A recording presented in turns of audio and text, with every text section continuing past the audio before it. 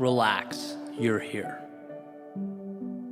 That's a clever little sign hanging above the sidewalk, right at the border where Pompano Beach turns into Lauderdale by the Sea.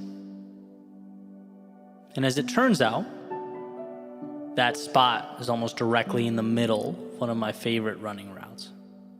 Almost exactly halfway. Which at first I found kind of annoying, being that no, I was not where I wanted to be or intended to be, and no, I certainly could not relax. The heat and the sun and the miles to go always begged to differ, right? False advertising. I was not, in fact, here. After all, here in this context suggests one has arrived. And how can arrival feel like missing pieces and unknowns? How can it feel like so far to go? In the valley of despair, can one really be here? But the more and more I took that route, the more the little sign became a landmark in and of itself. Something that I looked forward to, its own little destination, a point in which I could both look over my shoulder and realize how far I've come, as well as find reassurance for the journey ahead. It was a manufactured pat on the back, a change in narrative. Because here's the deal, it's easy to feel lost in the middle. It just is. It's easy to feel empty-handed after days or months or years. It's easy to fall into the trap of never enough. But if you step back and adjust your perspective, you see it for exactly what it is. A beautiful process. Here doesn't have to be the predetermined destination. Here can be the culmination of all the steps it took you to arrive at the now. Here can be the lessons learned along the way. It can be the reassurance that while you're not done, you've overcome every obstacle up until this point, and there's no reason to think you won't continue that pattern moving forward. So relax. You're here. Perhaps here being a place of trust. The ability to look in the mirror and sure, see your opportunity areas, but way more importantly, see your brilliance, your tenacity, your courage. After all, when armed with those traits, it doesn't matter where you're dropped off at or placed. There's no finish line that's too far away, no mountaintop that's beyond you. Where you end up in the game of life will be directly correlated to the level of trust you have in yourself to play. So relax. You're here. Maybe here being that point where you can make the leap you've always wanted to make. Where you can feel confident that the unknowns don't stop you, they inspire you. Where you see the past as proof that your limitations exist only where you decide they do.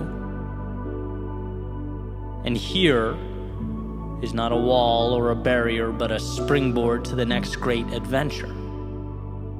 Where you find that spark of inspiration to push against life and see what comes back.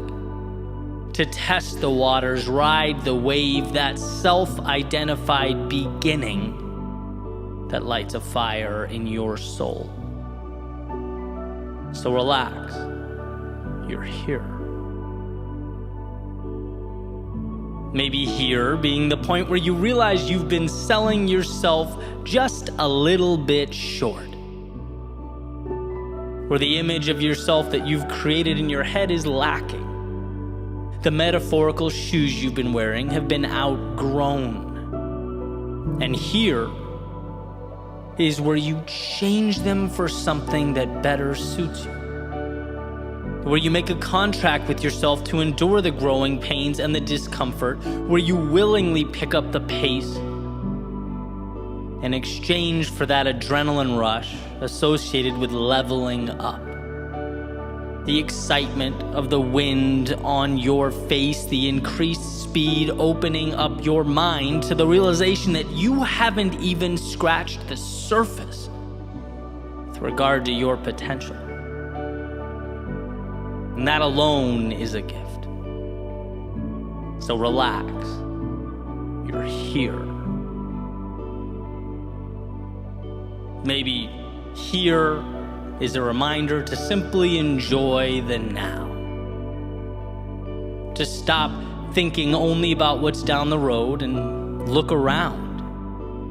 To realize that the future is just a fantasy about what might come, and the past is a retelling of stories that have already occurred, making your experience on this planet only right now.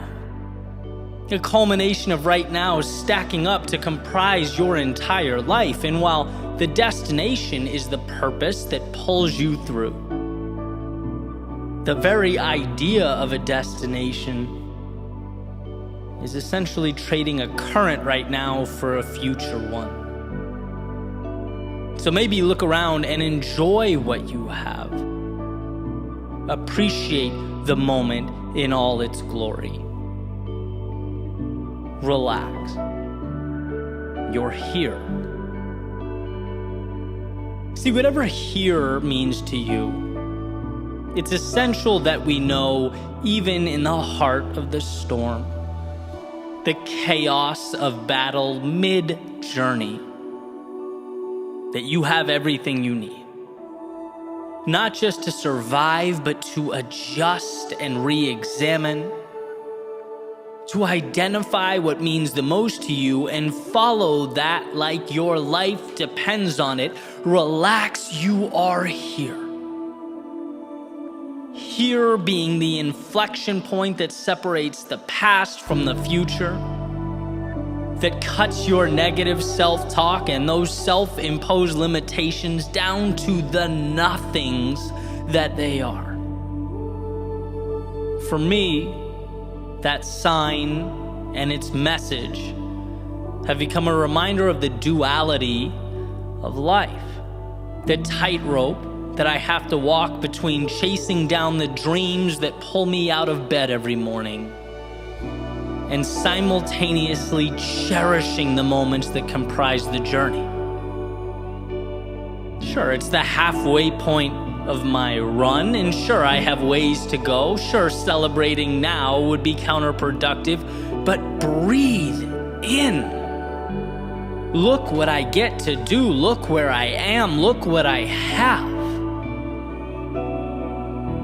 They say we live not for the destination, but the journey, and I think that's right.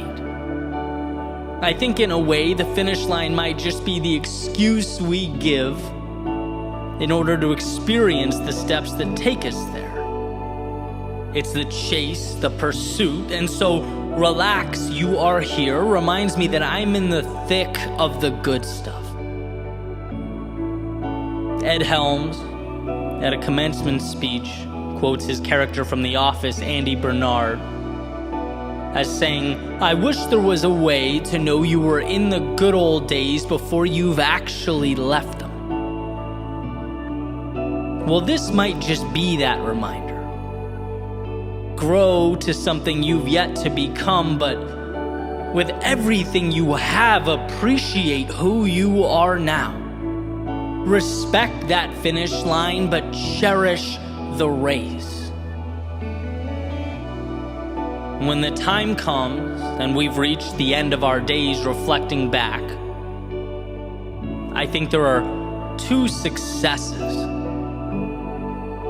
that I'll identify as I'm reminiscing. First, I don't want to look back and feel regret for a lack of courage. I don't want to wish that I'd been bolder in pursuit of my dreams. No, I want to accomplish the unthinkable, capture the unobtainable. But second, I also don't want, when reflecting back, to realize that I never looked around and enjoyed the ride. That I didn't know what I had the entire time. That when things felt like a lot, I forgot that a lot was in and of itself a gift. So when the pressures of life seem to consume us, the expectations overwhelm us, the story disappoints us,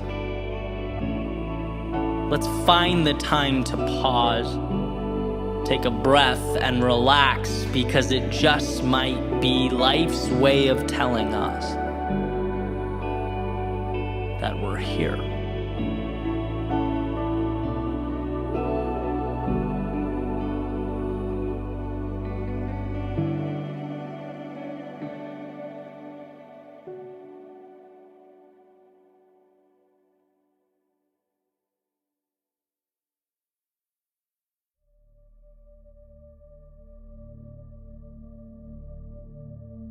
You're not here just to get by,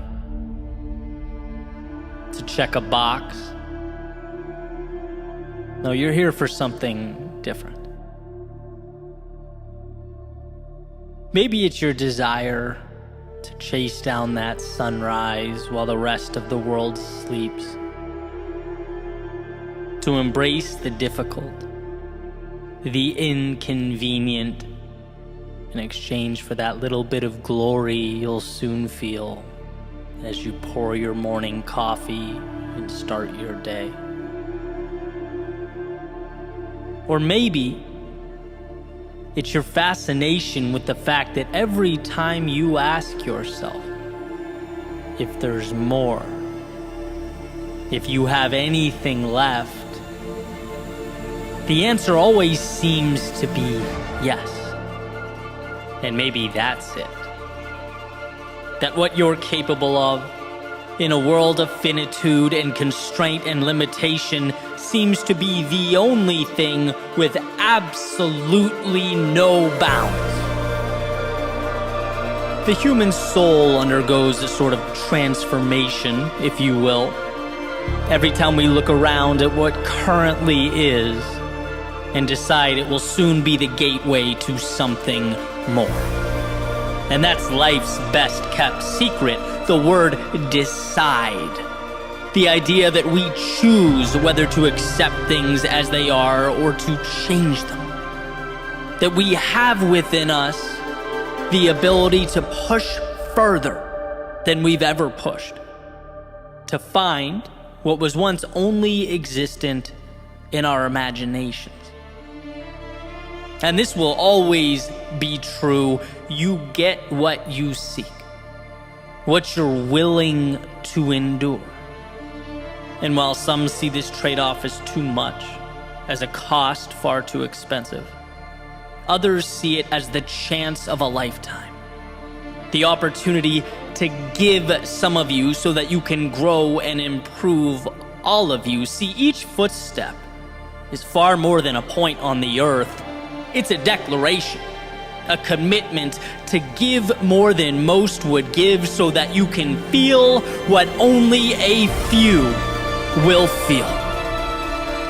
So remember that when things seem trivial, when it's easier to call it a day or turn it around, that the simple act of continuing forward puts you in the minority. It's positioning you to experience life as it should be lived. You're here to both cherish the now and cash it in. Let the value of your courage compound. Let your resilience remind you just how much control you have and how much is waiting for you. If only you say yes when it hurts, move forward when the path is unclear, believe when the possibility only exists in your head. You're here because while it may be easier to watch life go by from the cheap seats, the risk, the sacrifice is worth being able to look back someday down the road and know that at least you had the courage to play the game.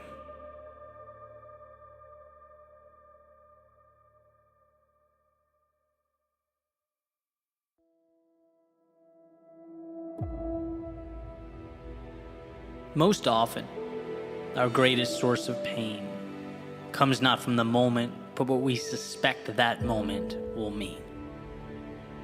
It's not the situation, but in how we perceive the situation. And this is an idea or a concept that I connect pretty directly with fitness or running, simply because that's where, to me, it's most apparent. It screams at me. So being that I run quite a bit, let's dive into that. Most days when I'm out for a jog or I'm running, it's strictly for endurance, cardio base, chance to get out there and breathe or reset, think. But then there are times when I say to myself, this run's going to be a little different.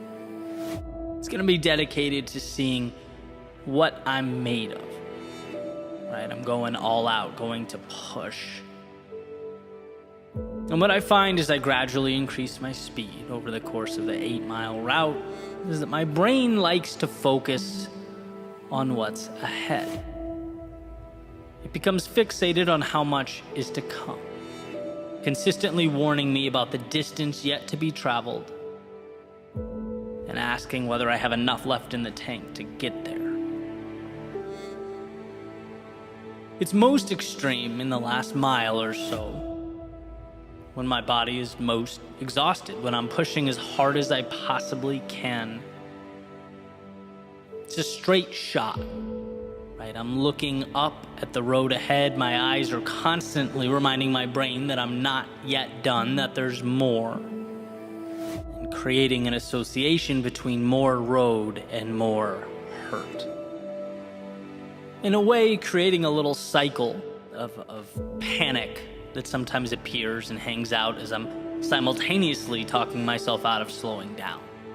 Now is not the time to pump the brakes. I've come too far and the finish line is so close. But it eventually dawned on me that while the adversity contained in this last stretch of the run is difficult, it's the idea that more waits ahead. That's what hurts the most. It's not the body, but the internal voice that's creating the discomfort. In fact, I bet I could run for hours and hours and hours at this speed if it were a life or death situation. If I had to. It's not the task laid out before me. It's my perception. And so this little line has helped me rethink and readjust my approach. Not just in situations like this, or when doing interval training or working out, but when trying to do everything else associated with my life. Grow my business, build a brand, nurture relationships, push boundaries in any other aspect of what I do. 3 words. Stay within yourself. It goes to the idea that your job is so incredibly simple that it's almost insulting. Put one foot in front of the other. Sure, look up so you know where you're going, but you don't need to analyze or interpret or dissect. There's no gap between there and here, then and now. There is only this moment. And so step. Again and again and again. When the brain starts thinking about how much is left to go, I've betrayed the mantra. Nothing external is allowed. Stay within yourself. You have a job to do, and you're capable, beyond capable of doing it. But the external must be kept out. The distraction must be kept at bay. And sometimes, when you get it right, you hit this stride, this pace that is equivalent to flying, a rhythm that's unparalleled. Stay within yourself. step by step by step, the air making its way into your lungs and then exhaled back out into the world when you simplify life down in such a way. Seemingly large things are exposed for what they really are, a mere commitment to do the little things consistently. It's funny to look back on all the places I've run over the years and identify or match the geography with the lesson. The routes with the epiphanies, the maps forever entwined in my life, what they gave me and what it meant as I took it all forward into the world. And here we are again, new chapter, new lesson. Then after the shoes come off, the rest of the day commences this little stretch. This last mile plays the role of mentor. Eddie, simplification is everything, it says. The hard thing is not that hard because it's not that big. It's not that complex. Your monsters are self-created. Your hurt isn't a spotlight on the now. It's pointed at the road ahead. It's asking, what if things go wrong? It's asking, how long can this be sustained? It's asking whether I have the strength to endure this. Every question breathes life into an adversary that has no business existing in my world. They're not helping me get to any finish line. In fact, they're that negative self-talk I try so hard to mitigate. Except here they are, very good at disguising themselves as reality, as just facts of the case, but they are not. They don't belong anywhere near me or around me. Breathe and step. In fact, I need to deconstruct the world around me down into one word: now. And what you find when you remove the emotion, the excess, is the simplicity of the task at hand. Maybe not easy, but simple, and complexity is the enemy of progress. Right now may not be comfortable, but at least you're operating with clarity, and that is always enough to simply carry on, to move forward, to stay within yourself. And that's what this is all about, asking the question, where are you letting what's down the road get in the way of what you're doing now? Where are you letting the pain of what's not yet here, the pain of roads not yet traveled, keep you from doing something that is 1,000% in your wheelhouse, that you are capable of?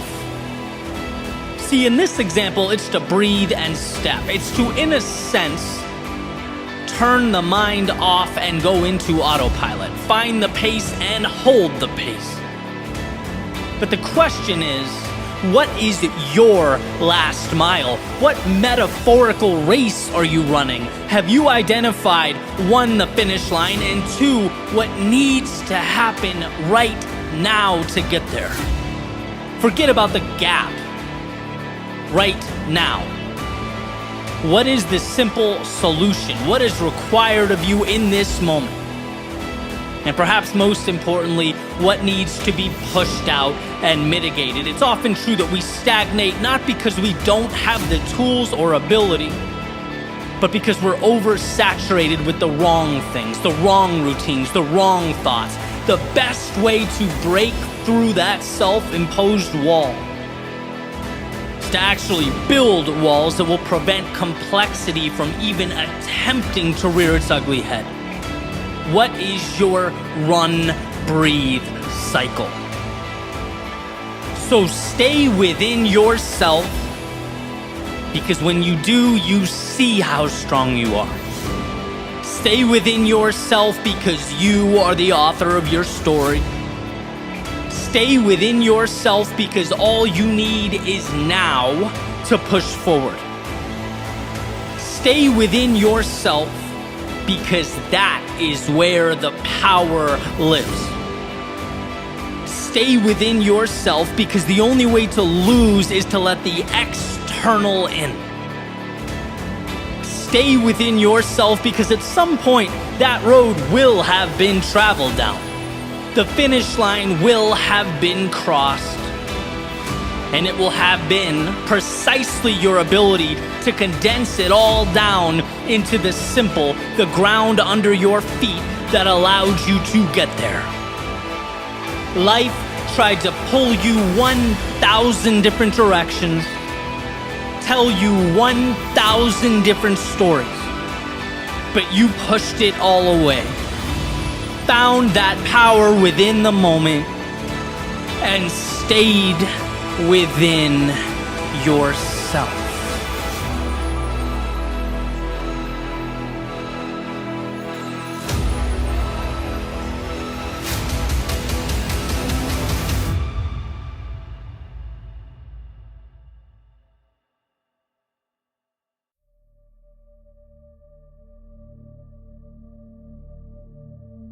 It's easy to look back and think about all the things you could have done differently.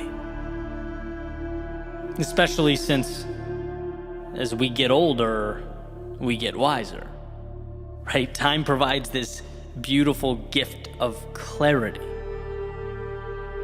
And ultimately we realize things like, maybe a lot of our hesitation was unwarranted. Maybe a lot of our decisions or indecision was fear-based. And knowing that, it's easy to look over your shoulder and feel like you could have lived a different life or taken a different path. At the very least, wish you'd done things differently. But the reality is, everything you've done has, in fact, taken you here, to this moment.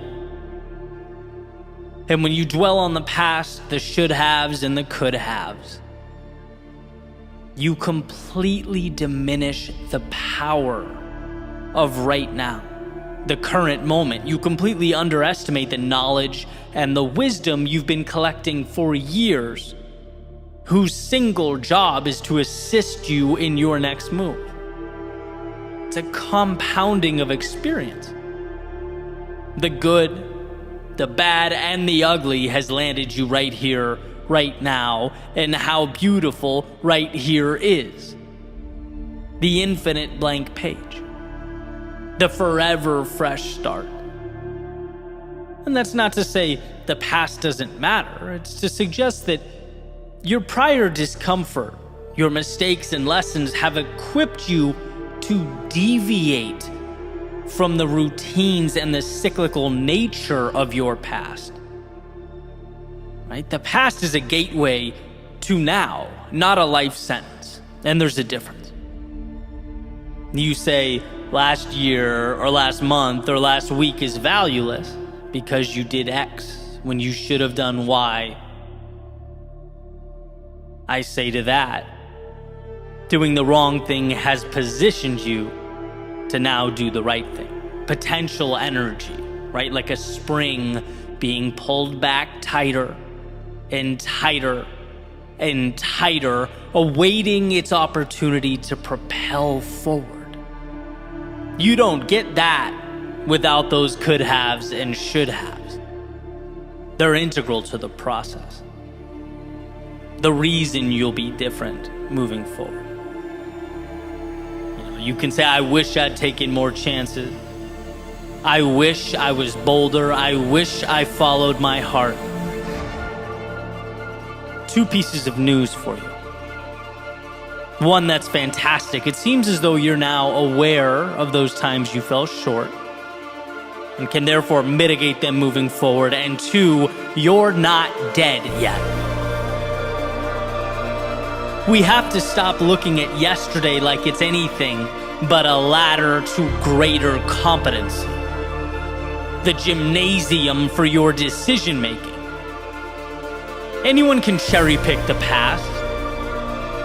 But the practical me asks, what does beating yourself up about what's gone do for you? What does it add to your life? Except for enabling and legitimizing the same identity you're looking to evolve and move on from.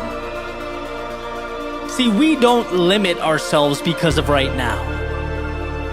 It's always because of yesterday. Look what happened. Look what I lost. Look how things turned out. And it's like, take the data and trudge forward.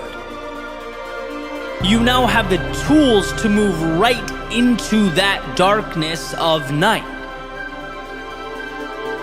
And in 5 years, you'll look back and sure, you'll wish you did things differently.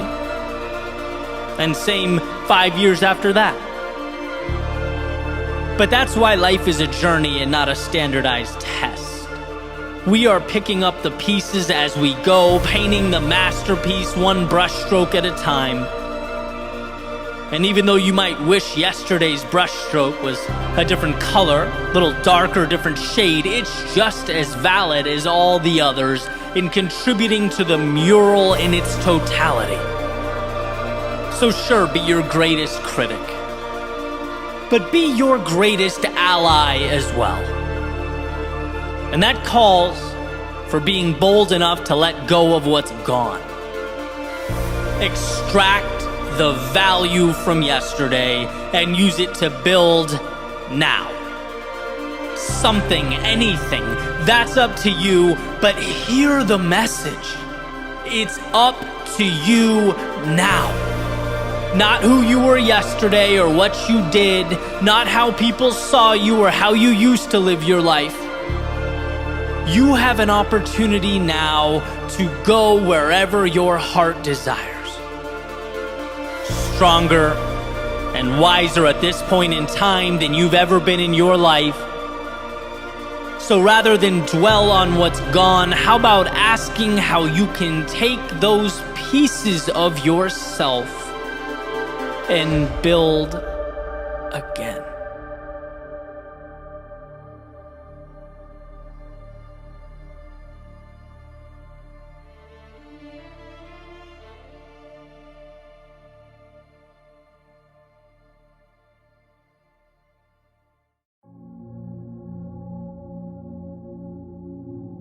It may be that our greatest gift in life is that we're always one decision away from transformation. We're always one decision away from a new path, with new experiences, new beliefs, new identity, one decision away from a totally different life. It's almost incomprehensible that all the days leading up to now, everything we knew ourselves to be can be discarded and left with one swing of an axe, gone. What is more miraculous than that? We live at the intersection of two imaginary worlds, right? The past and the future. The past is gone and essentially meaningless.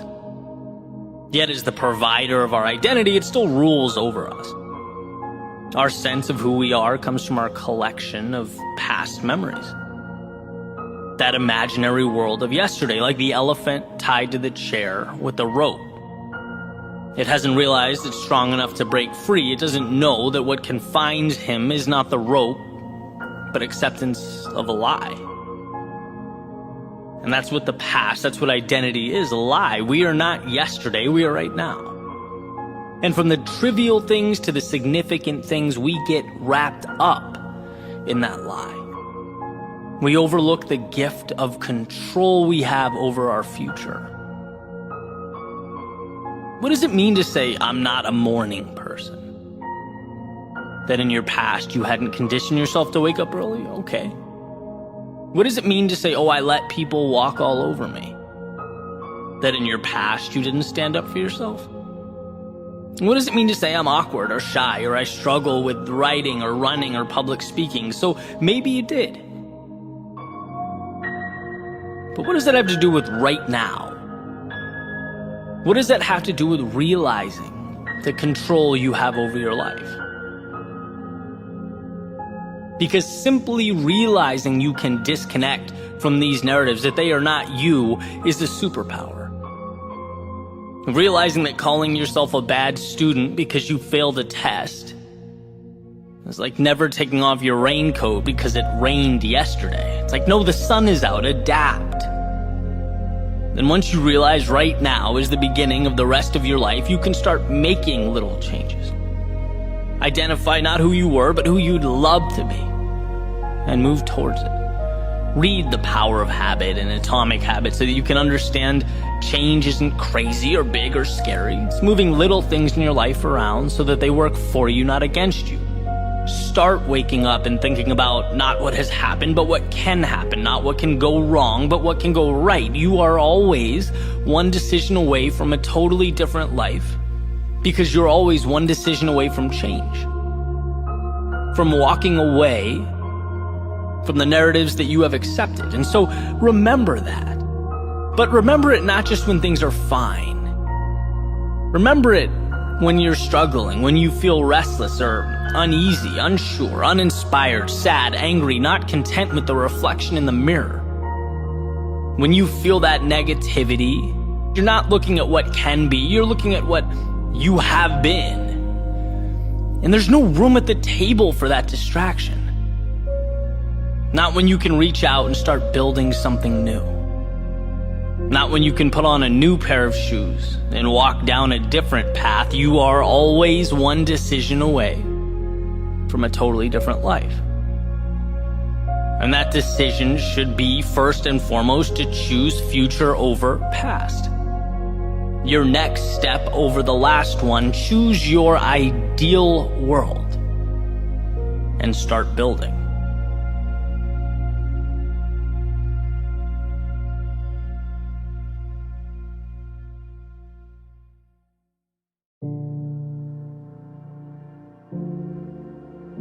Goodbyes are tiny beginnings.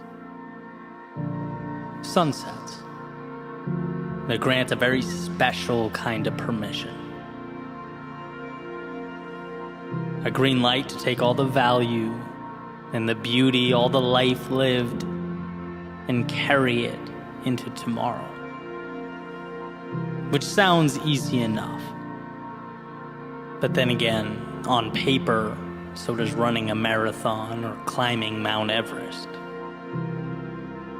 And I'd wonder, how could something be painful and transformative? How could something break me and be good for me? It's not hard to see the dissonance there, right? But here's the thing. Oddly enough, that seemingly paradoxical experience is consistent. Consistent throughout our lives, appearing every time we grow. Our darkest moments feel like endings, perhaps because we're hanging on to what was, the ideas that felt like home. But in actuality, those moments, those goodbyes, are already the beginning of something new. The same way midnight sparks the beginning of a new calendar day, right in the heart of darkness, unbeknownst to us while the world is turned off and our minds are asleep. A hello in disguise.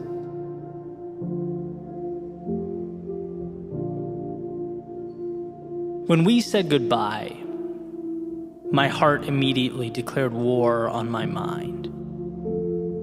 Why? Because her not being there didn't make sense. Because when you care about something, you fight for that thing. Because goodbyes, well, they signify change, and I liked this chapter. But my brain fired right back. Right idea, just wrong time. What's the reality of this situation? Did you ask yourself that? It said letting go can be the hardest thing and the right thing simultaneously, that I should know the rules. And so goodbyes were said and suns, they set. And we went to sleep in separate beds, not knowing anything about the future except that it would be different. Way different than today. And immediately in comes the heart. Picks up the mic, tap, tap, is this thing on? Check 1, 2. Hey, make sure you're aware of what's gone. Make sure you spend your time thinking about what you don't have. See the blank pages? They used to have writing. You see the empty space? That used to be occupied. Make sure you shine that spotlight on what was once there. Oh, it's empty? How does that make you feel? Asks the heart. Then the door opens, in comes the brain, the pragmatist, more direct, certainly more matter of fact. Says, hey, time to move. You have things to build and places to go. You can't let that blood-pumping organ get in the way of what really matters here. Lace up your shoes. Open the door. Go make a name for yourself, kid. Go be that guy. You get what you focus on. Remember, focus on the reality, the process, the analytics. Data doesn't lie. Your heart does, though. I let them fight it out for a few.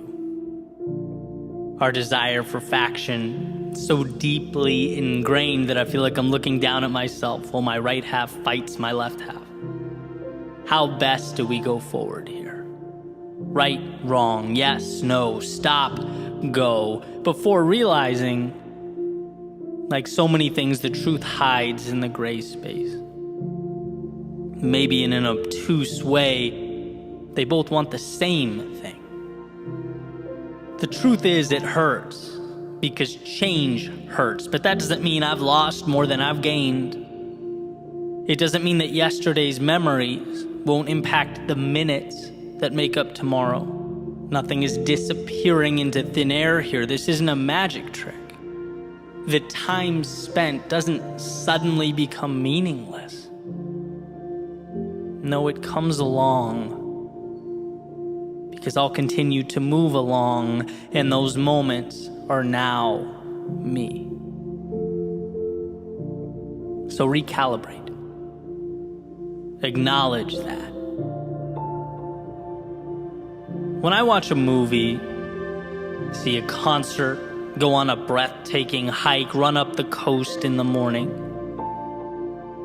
they are experiences that take me somewhere beyond the physical. They're peak experiences, but they are not forever. And interestingly enough, upon their completion, they're not quite gone either. They make a little home for themselves somewhere in the soul, like a candle that, as small as it might burn, is never truly extinguished, a light to help guide the way forward. And so when we find ourselves in the dark, how powerful that we remember to reach for it.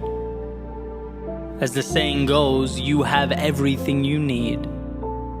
And you do, because of everywhere you've been and everyone that's helped keep your soul ablaze. You are the continuation of the best story ever written.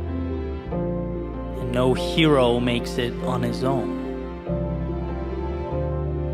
And so that night, I decided to mix things up a bit. Sit under the bright lights of the South Florida sky, glistening pieces of wisdom that share for free.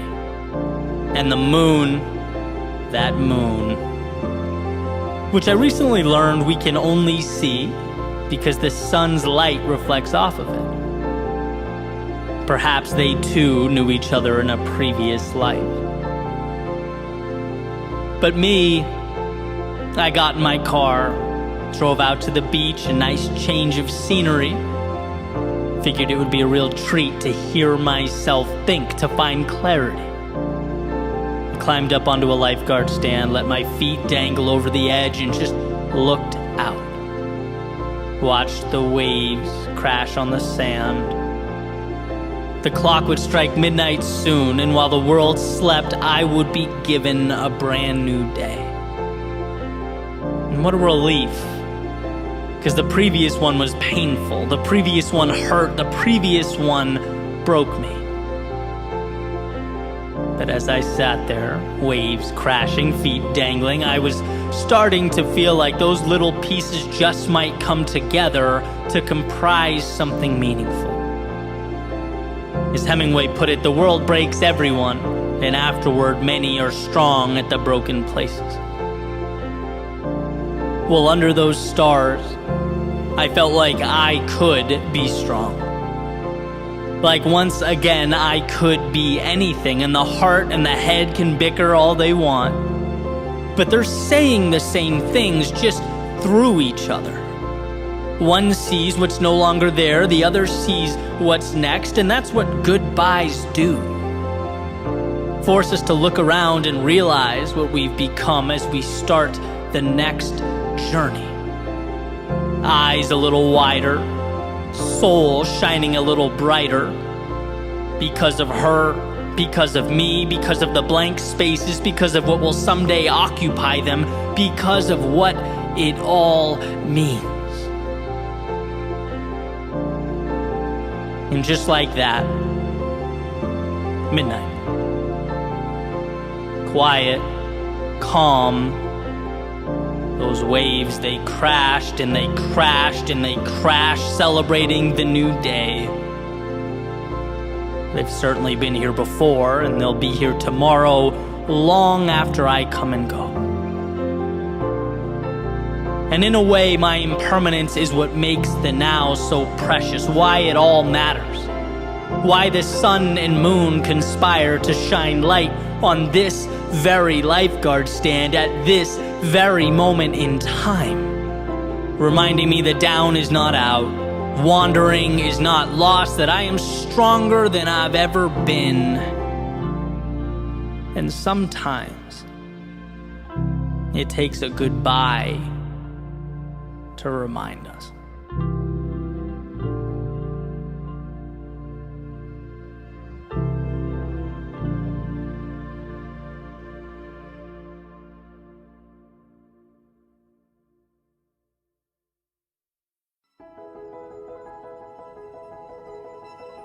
Standing on that ledge, staring out at what we know we need to do, at the moment we least want to do it, well, that's where the future is shaped. When procrastination feels like the answer, or avoidance the optimal choice, where does one draw their strength? They say routine is a powerful tool in this fight, and I believe that. When something becomes habit or part of the process, instilled in the day-to-day, there's just simply less room for negotiation. We show up with our eyes on the prize. But here's the thing, we are human. There's simply going to be days when the world pushes back. Life is a game of complexity. It's unpredictable. You want to talk about the good days? Fine. It's easy to show up when we're feeling good. And thankfully, those days outnumber the others, right? Creating the bulk of our consistency, 10,000 hours. But not all of them. And life is about momentum. Myself, after coming off a pretty terrible weekend for a variety of reasons, I found myself on that ledge again.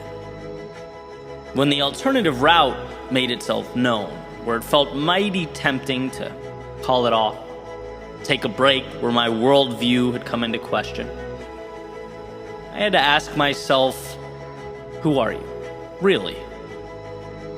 It's easy to rationalize walking away in these moments. In his book, The War of Art, Stephen Pressfield says, our job in life is not to shape ourselves into some ideal we imagine we ought to be, but to find out who we already are and become it. Well, who would have known how much goes into that process of becoming? How committed we have to be to the road before us, and not only when it's sunny, but when the skies are dark and gray. And how if we allow ourselves in those difficult moments to say, sometimes it's okay to wave the white flag, it's okay to walk away, then you leave the door cracked to make that same decision at any other point in time. Right? Quitting, conceding, can very easily become a habit, and a habit we want to avoid at all cost. Right? I have this little rule that no matter what, I can never leave dishes in the sink overnight. Never. I treat this, arbitrary little promise to myself like it's life or death. Which, again, random, but hear me out. It's half practical, half symbolic. I know that if I say, okay, just this once, I've effectively removed the barrier separating order from chaos. If it's okay just this once, then it's okay 1,000 times.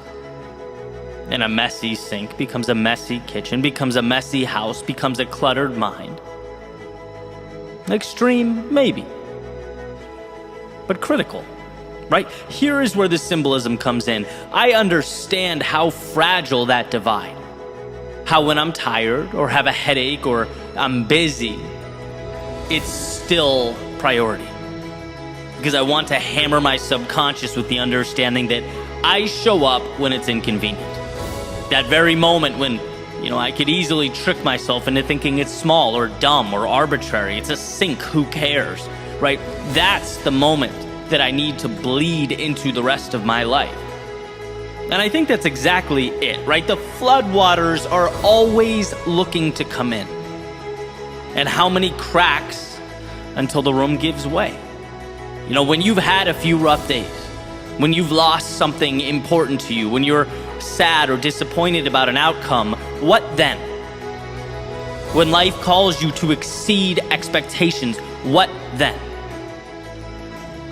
Because the world around you will always give you evidence to support dialing it back, right? Selling yourself short, if that's the case you're looking to make. But here's the deal. Should you choose the inverse, you are strong enough to be better than you've ever been in those challenging moments. You can show up when it hurts. You can reestablish your why and carry forward even after the turbulence of yesterday. Life will never be easy. It will never all make sense. And this understanding has helped me to roll up my sleeves and continue forward. When I'm disappointed with yesterday, or overwhelmed by the conditions or landscape of the moment, when I question how much I have left. But I've found that when I look hard enough, there's always something to draw on. And that's the message of note. That's what we must show ourselves. When you're on that ledge, this can be where you're at your best. This is where you get to uncover just how deep-rooted your greatness is. This is where you set the standard and the pace for everything to come.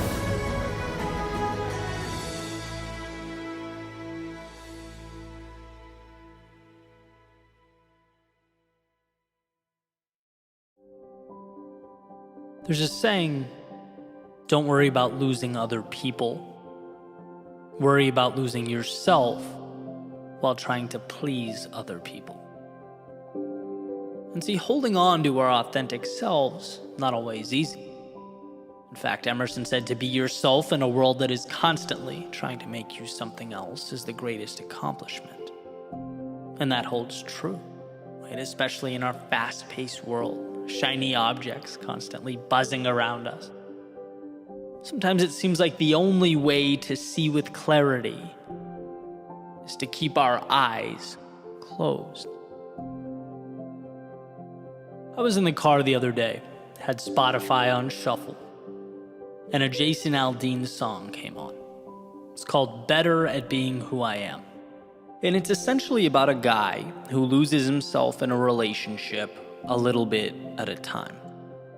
And the chorus is basically him sharing his epiphany, looking around and going, whoa, what the hell happened? And it was laid out in a way that wasn't sort of the obvious, blatant, be yourself. I mean, sure, part of the theme was how important being yourself is, but the emphasis was on how fragile of a thing that can be. He put a spotlight on the idea that he got good at forgetting he was in a place that he knew he didn't belong. How we can become masters of forgetting that, champions of rationalization. And that was his message, being that he has somehow, somewhere lost himself along the way. That concession after concession can ultimately put you in a place where you don't know who you are, where you can know something isn't quite right, and still, slowly and subtly, it creeps in. It can consume your reality, and that's what cut through me. Not simply because it occurred. It wasn't so much the epiphany itself, but more so that he showed how easily the erosion of the self can occur in our lives, how easily we lose ourselves, how sneaky the whole thing can be. And this particular example is pointing to a relationship with his girlfriend, and it certainly can be this. But it doesn't have to be, and often it's not. It can be a job you don't want to do, but hanging in there just one more day, turns into more days than you can count. It can be time with the wrong people, doing the wrong thing, going against your best judgment. It can be the business decision for short-term gain that ultimately points you in a direction you don't want to go, right? Before giving life to that convenient phrase, well, I've come too far to turn back now. Life is like a small child, always gently tugging on his mom's sleeve to get her to stop doing what she's doing and go get ice cream, right? It's the temptation to move away from the task at hand, to abandon the principles just slightly, the objectives just enough that they'll be pulled off track, right? That's always there. And to reiterate, because this nuance is why I think the idea is so important, the message is not simply about being authentic. I think we all understand the value and necessity of authenticity, or at least I hope.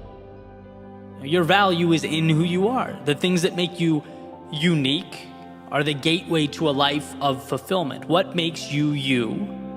And how can you delve into that? Share it with the world. That's the good stuff. Okay, so let's presume we know this. My fascination and goal is to point out the fact that so much around us is looking to take that authenticity and subtly, over time, transform it. That if we are not aware of what we are, we will lose who we are. And that's where you end up in those wrong relationships, wrong places, doing the wrong things. A lot of times it wasn't deliberate or conscious. It wasn't one swing of the axe. It was letting yourself slip away one day at a time. It's the pressure of an infinite number of things, right? The billion choices you have pulling you in all different directions. It's the people in your life that may have different incentives than you. It's that deep biological tendency to want to appear like you're winning now. It's your brain telling you to do what the crowd does because the alternative creates pain. It's not wanting to let others down because you want to be their source of happiness, completely forgetting that an empty cup has nothing to offer. It's the deception online, the highlight reels, filtered pictures, humble brags, and exaggerated success stories, all prompting us to say, well, then I must have miscalculated. My path must be the wrong path. And maybe we don't come to this realization and immediately jump ship, but we take in a little water every day. Every time we open the app and feel lesser because of an impossible standard. Every time we put the thing that meant something to us on hold for someone else. Every time we chase that shiny object in exchange for what we expect will be short-term validation. But here's the crazy part. It's like when I shut everything off, when it's just me and my thoughts no distraction. I have a very good sense of who I am and what I want, just in my gut. I know what feels right to me. And it's only when the chaos comes in that the target can get blurry and the goal seems to live a little further away. And maybe that's why that song had an impact, why the light bulb went off. The idea that something so obvious, so powerful, so important can elude us and deceive us. There's something to that. I'm better at being who I am. Of course I am, and so are you. So why don't we? Why isn't there an emphasis there? Why is that something that doesn't get our thought and attention? We can't afford to forfeit that instinct. And so this is the part where I remind myself and everyone listening that you get nothing in life without some semblance of self-trust. You have to take the time to understand who you are and trust yourself to build that from the ground up. Without that, you'll get swept up by the currents of everyday life. But to know what matters in your world and to hold on to it with conviction, that's what it's all about. And then, yes, you'll have success letting people into your life when they contribute to who you are as a person, when they align with your values, when they feel like wind on your sails. And yeah, of course, take the proven paths and utilize the beneficial tactics, but only when they align with what you are building. If not, walking away is the best option, wandering around until you find alignment. Now that brings more value than a toolbox of the wrong tools. And sure, sometimes you have to do things you don't want to do. I get that. That's called being responsible. But those things, as annoying as they are, should be contributing to something that does matter to you. The building's foundation is not fun or sexy, but it's necessary. Just make sure you believe in what will ultimately be built on top of it. Otherwise, you are most certainly wasting your time. Your gift is you. You have something to share, something to explore, nurture, and grow. Stand in front of that. Never hide behind it. Protect it. It's the benchmark against which all other things should be measured. We're all better at being ourselves than some impersonation of what we think the world wants us to be. I think the question comes down to, will you allow that greatness for yourself? Will you be courageous enough to keep the spotlight on what matters most? Will you maintain the awareness that when you're walking down a path that doesn't align with who you want to be, you can self-correct? Turn around. Put emphasis on that part of you that lights you up. Because that will not only benefit you, but it'll benefit everyone around you and ultimately benefit the world.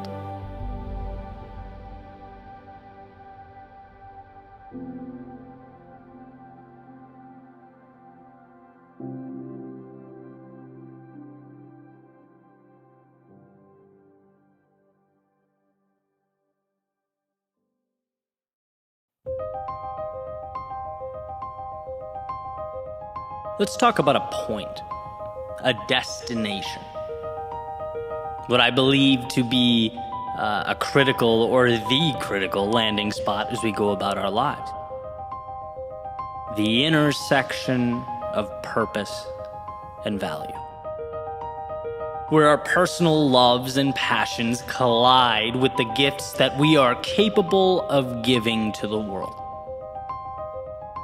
Someone once told me that if you're doing something you love, but it's not doing anything for others.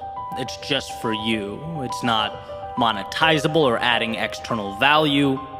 That's fine, right? It's often incredibly healthy, but it's also a hobby, right? Not a job, business, or career. On the other hand, if you're doing something that does add some external value to others, but inside it feels wrong, you're not at all passionate or excited about it, you're now robbing yourself. One, because you're exhausting your limited time on this planet going through the motions, and two, because if you aren't at all invested in or excited about that thing, there's going to be little incentive to innovate, right? To go above and beyond, to find that ever-elusive value that hides in the fringes. So the answer, the goal, as far as I'm concerned, is searching and exploring until you find that point, that aforementioned intersection where you get both. Where you wake up excited, thinking about what lies ahead throughout the day, and are simultaneously able to add value to the community at large. That feeling of being able to pour your heart and soul into something while also knowing there is much at stake, it's extraordinary. The thing is, though, it's often a challenge to capture. I remember I was invited to do an interview years ago, one of the first I'd ever done. And I still remember this question, right, to this day. How did you end up a writer and a speaker? Did you plan for it? Was this the goal? And I remember saying, no, it wasn't the goal. And he asked, so you fell into it? And I kind of said, yeah, that's about right. I fell into it. That was essentially that. And as I look back now, that answer, even all of these years later, drives me crazy because it does such a disservice to the truth. That's like saying someone fell into their dream job. How does anyone fall into any role? Right? No, life is about growing, learning, adapting, and repeating the cycle. It took me time and persistence to find that intersection of internal purpose and external value. And I talk about the journey a lot, so I don't want to go into too much detail, but very briefly, I went from a corporate position where I may have been adding some value, but was pretty dead inside. I then moved to, playing acoustic shows and writing music around Boston, and it was an improvement. I certainly enjoyed that to some extent, but had a ways to go. And also the external value wasn't quite there. And then moved to writing speeches, which I discovered writing was what I loved about the music. Right? That was an epiphany. That was a light bulb moment. So I started writing more and more and more like a crazy person and started to finally feel that power of impacting others in a positive way. Okay, noted, right? This is a good thing. Keep moving forward. I started moving on to making videos combined with writing, and oh man, getting warmer, right? And by the way, video is scalable, so I'm helping and adding value to even more people. Then move on to YouTube, keynote speaking, and ultimately the media company I have today. And so I look at all that, right? The whole process, pretty sloppy, right? A lot of unforeseen changes, a lot of things I didn't expect or anticipate, a lot of poking and prodding. And every move was getting me closer to what brings me joy in my left hand. Well, I held on to what makes society a better place in my right hand, right? What adds value to those around me. I wanted to find that intersection, right? While cutting away things that I wasn't crazy about, right? I didn't like. The so-called hobbies that I enjoyed, but weren't going to be the train that I took to impact or prosperity. So, no, this exact career progression was not planned, right, in any way. But this feeling, finding this spot in life, obtaining this sense of purpose was incredibly methodical. And so now when I'm asked that same question, I give a very different answer. And that's critical because it's hard to not know what the future holds. It's uncomfortable. one demographic I get a lot of emails from is college grads, right? The whole world's in front of them and they don't know what to do. My answer is always the same, right? You don't have to know what the future holds. You're not supposed to know. The idea is to explore. It's to move closer to the things that make you feel alive, little by little.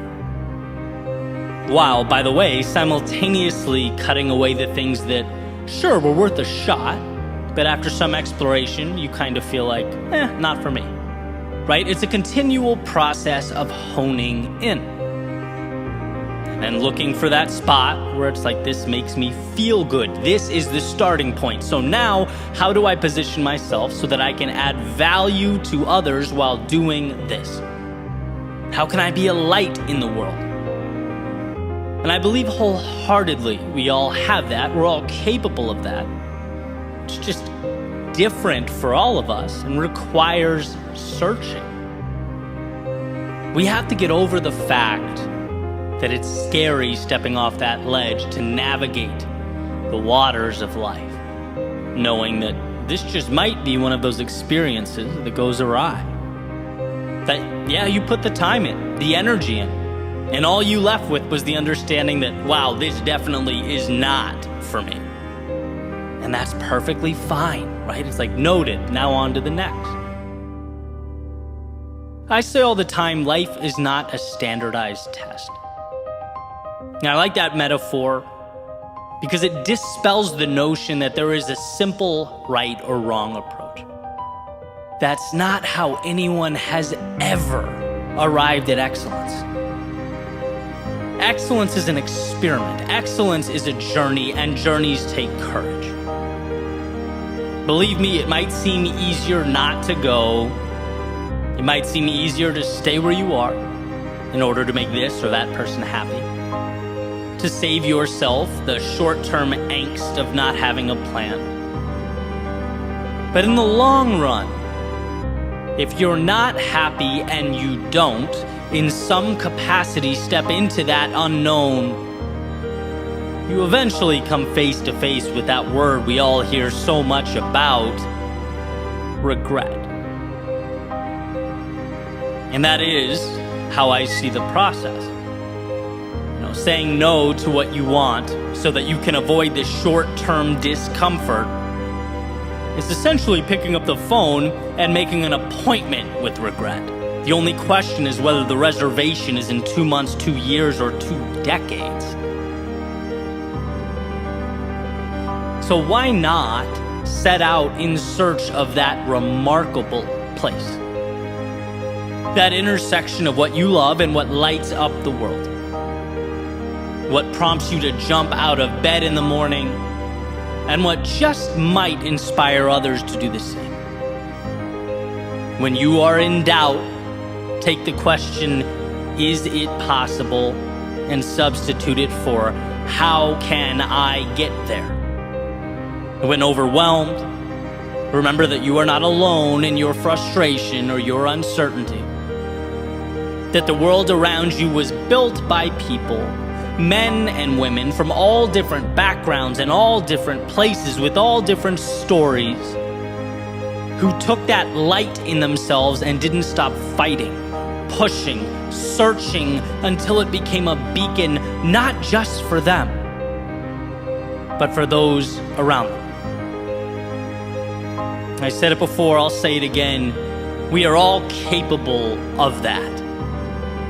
That version, whatever it is in your specific life. You can have that reality. You can be that person, but you must both believe it's possible and start moving towards that life-changing point.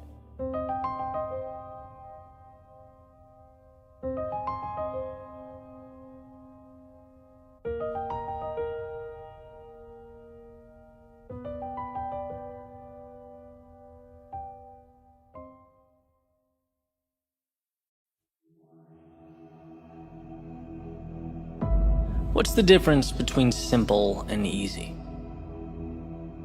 Well, simple is straightforward, uncomplicated. Easy, on the other hand, means achieved without great effort. The difference between those two words is subtle, but essential to understand. One deals with the complexity of an outcome. The other, your will and determination to achieve that outcome.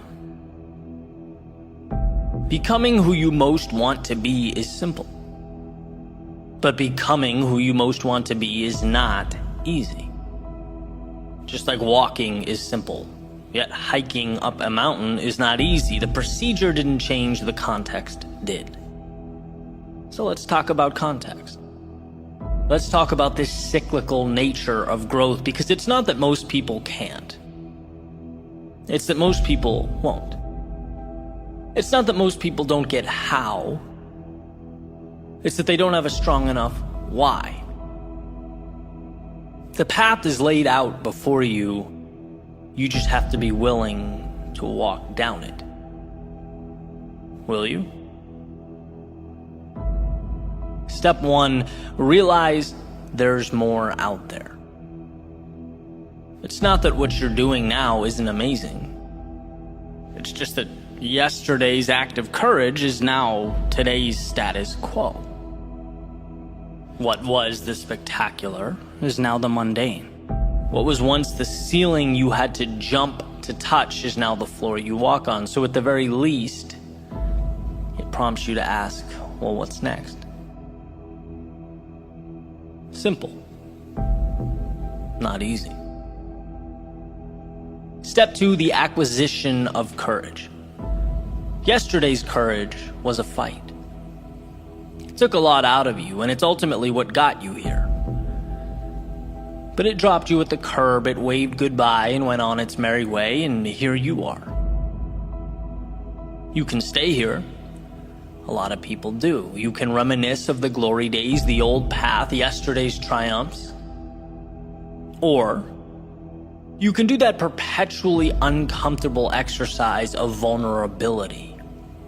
Stepping into tomorrow's unknown, reminding yourself that life's greatest rewards have a hefty price tag, and that price is discomfort. But I've already played this game, one might think. No, what you did was learn the rules. Now it's time to apply them to a new setting, and around goes the merry-go-round. It might seem like a replication from the horizontal, but here's the secret. You can't see the vertical. You have yet to look down and see your ascent, see what you're becoming. Just by staying on, holding tight, just by believing in yourself enough to begin again, you are fanning those tiny flames of courage in your soul that wait to be spread like a wildfire. Simple, but not easy. Step 3, mistakes. Now, of course, it's not the mistakes themselves you fear. It's what you think those mistakes will mean. Ridicule, embarrassment, lack of direction or identity, losing what you have. But here's the catch. When you realize the upside is greater than the downside, you liberate yourself. When you realize there's more to gain than to lose, your potential for greatness is born. How does one act on this? Mistakes. By making mistakes. By injecting yourself into the turbulence of progress. Our biology has not yet learned that the uncomfortable thing is the right thing, and that's why you get resistance. That's why it hurts. And it's why few people will accomplish what you will. When it comes to your climb, every day is opposite day. When they run out, you're running in. When they play safe, you play for the victory. To become who you might be, you must learn how to get there. Mistakes are your curriculum. Simple, but not easy. Step 4, trust yourself. Okay, sure, no problem, easy. Well, yeah, it's easy when you're getting what you want. But evolution takes time, and there's nothing quite like giving and giving and giving and not getting. There's nothing quite like stepping up to the plate again and again and again and bringing no runners home. So how does one find the strength to continue walking up to the batter's box? Well, growth is exponential, and those swings and misses matter. The infield singles matter. Everything matters. Because it's all chiseling your future self out of stone. Nothing is dependent on the next at-bat as much as all at-bats in the aggregate. That's why success is so often considered to be sheer will, dependent not on the home run, but on the discipline, the self-belief to keep walking up to the plate.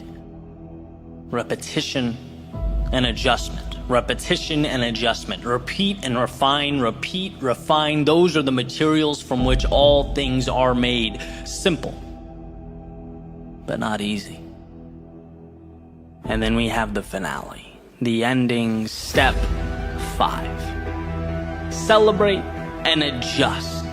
At some point, you'll be able to look over your shoulder and notice something that perhaps you hadn't before. Space. Space between where you are and where you started. It's not sudden, but gradual. And undoubtedly, with enough persistence, it will emerge.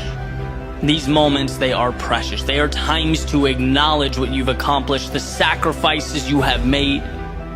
They are life's way of reminding you what you are building and who you are becoming. It's a time of celebration.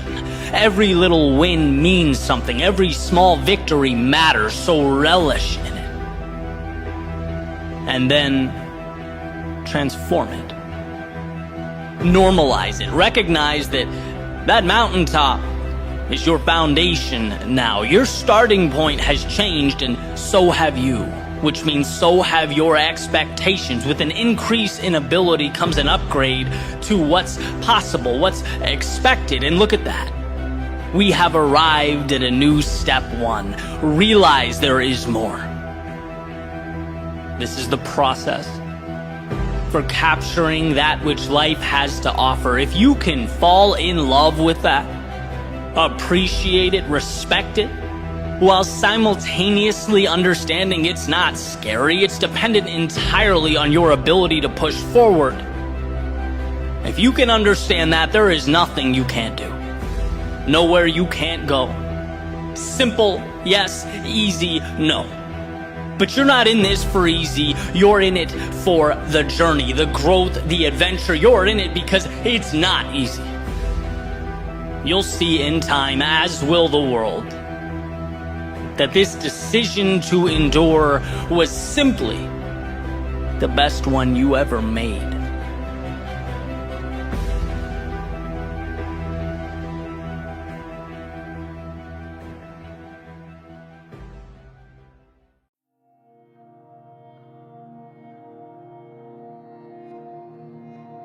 What if the so-called detours in our lives weren't detours at all? What if they were the way?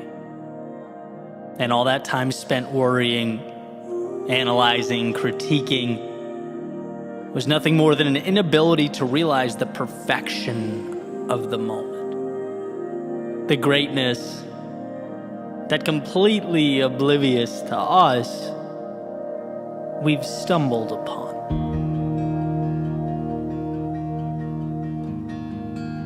Sometimes we can fall into the trap of looking at life in a way that I believe is too linear.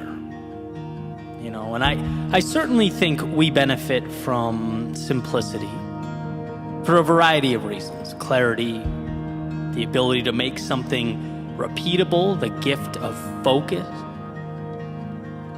But here's the thing, truth is so rarely black and white. And that begs the question, well, what do we make of all that nuance and detail, all that other stuff? The surprises, twists, turns, mistakes, sudden goodbyes, unexpected hellos, the cutting away and the taking on. Because life is messy, unpredictable. And our greatest lessons seem to come from places we least expect them to. Our most memorable moments are often somehow dropped into our laps. It's the whole John Lennon notion that life is what happens while you're busy making other plans, right? And it's interesting to me that I've spent a decade pointing at this metaphorical mountaintop, pouring myself into a methodical plan, just to see again and again that the value continuously comes from the places I didn't anticipate. Where if I kept my eyes closed or even blinked for a second, I might have missed it. Seems like the important things often dress themselves up as mistakes, problems, setbacks, and detours. So why bring all this up? Well, in case you're like me, and you have that tendency from time to time to beat yourself up for the times you fell short, let yourself down, the times you swung and missed. For anyone who thinks a deviation from the original path is in some way a failure, my goal is to remind you that these things, every single one of them, they all come together to make you, you. And the more days I collect, the more I realize they are not only part of the chapter, but integral to the storyline. They're the character development. See, somewhere, at some point along the way, you'll have situations that change, things that come and go, relationships that fall apart. Forever things that ended up being rather temporary. And that animal brain will tell you that, this was somehow a total loss, that your days were wasted, your time was stolen. It won't highlight for you how much you actually learned, or that point in time gave life to the next thing, which became the next, which opened the door to the next, that it was all part of this critical evolution. The thoughts you think, wisdom you now hold, none of that is ever realized without you having taken the path you took. And so I ask, was that a detour? Or was that you being exactly where you needed to be? Then there will be ideas. The ones you thought you had ironed out, nailed, hit out of the park, the plans that would change the narrative, rewrite the story. But ultimately, time just wouldn't allow them to live up to that potential. And they'll fade away and leave you no choice but to pick yourself up and move on. And your pride, your emotions will absorb all that and tell you, hey, it was all for naught. Another failure, a giant L. They won't show you how learning to brush yourself off and start again is a muscle, a skill, and that being as all people fall, the ones who never learn to get back up are at a tremendous disadvantage in life. They won't explain that you're more courageous now than you've ever been up to this point in time, that depersonalizing our miscalculations and carrying on, well, it won't just help you succeed, it will be the reason you do, the X factor, the wind beneath your outstretched wings. And so I ask, were those miscalculations detours? Or were they the wisdom that you needed more than anything else? And then, of course, there will be the times you just don't know. Perhaps these are the hardest, stuck, unsure. And it's bad enough that you have no idea. But then you look around and it always seems like everyone else has it all figured out. Everyone else has it down. At least that's the message, our brains like to create. You're alone in this. This is all you. It doesn't tell you that in reality, no one knows exactly where they're going or what they're doing. And the ones who think they do are very often redirected, and for good reason, as is the entire point of this message. Right? It doesn't tell you that you don't find yourself until you get lost. That life is not some predetermined checklist or series of qualifications, it's an adventure where some corners are turned only for you to realize that the contents just around the bend aren't what you wanted. And some bridges are crossed only for you to see that maybe you were wrong about what you thought was important. And that, contrary to how you might originally feel, is a beautiful thing. The times you're unsure remind you to keep your eyes open, to enjoy what's around you, capture the value, explore the vastness of a world that will eventually offer up all the pieces required to build what you need. And so I ask, was being unsure a detour? Or the necessary starting point to live a life true to yourself? Perhaps we've been looking at this whole thing the wrong way, a little too black and white. What if what we need to do is, while in pursuit of whatever it is we're pursuing, give ourselves a little more love, a little more understanding? Because one cannot be their own greatest critic if they forget to also be their own biggest fan. The two are inextricably linked, making it not okay to be so caught up in the former that one forgets the latter. Life is messy. So forgive yourself when your plans, from time to time, mimic the pulse of the very world we are trying so desperately to navigate. Be there for yourself. Because every step is important, every moment matters.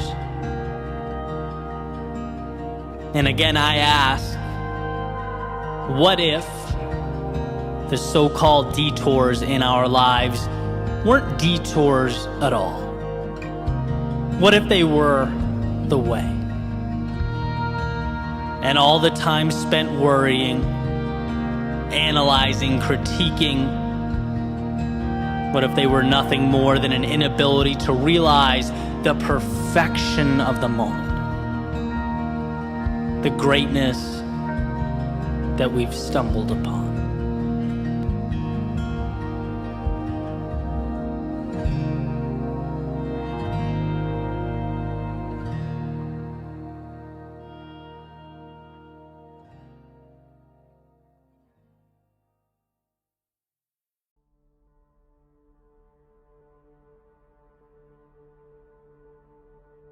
Why is this battle you versus you? With all the complexity, all the obstacles out there, why are you your greatest opponent? Well, to put it simply, because all those obstacles and all that complexity still can't tell you no. They can't say enough is enough. They can't look back at you and say, let's just settle for what we have now. No, only you can do that. The world may create the landscape. It may construct the terrain and those obstacles. But you are the sole decider on where along the way you stop. You decide how far you want to go and how much you are willing to endure. When it comes to your advancement or limitation, you are in the driver's seat. I just picked up a copy of Will Smith's recent book, and one of the ideas that stood out to me was resilience. And this part in the book, it's actually kind of uncomfortable to get through, but incredibly powerful. He's talking about his childhood and the polarity of his father's personality.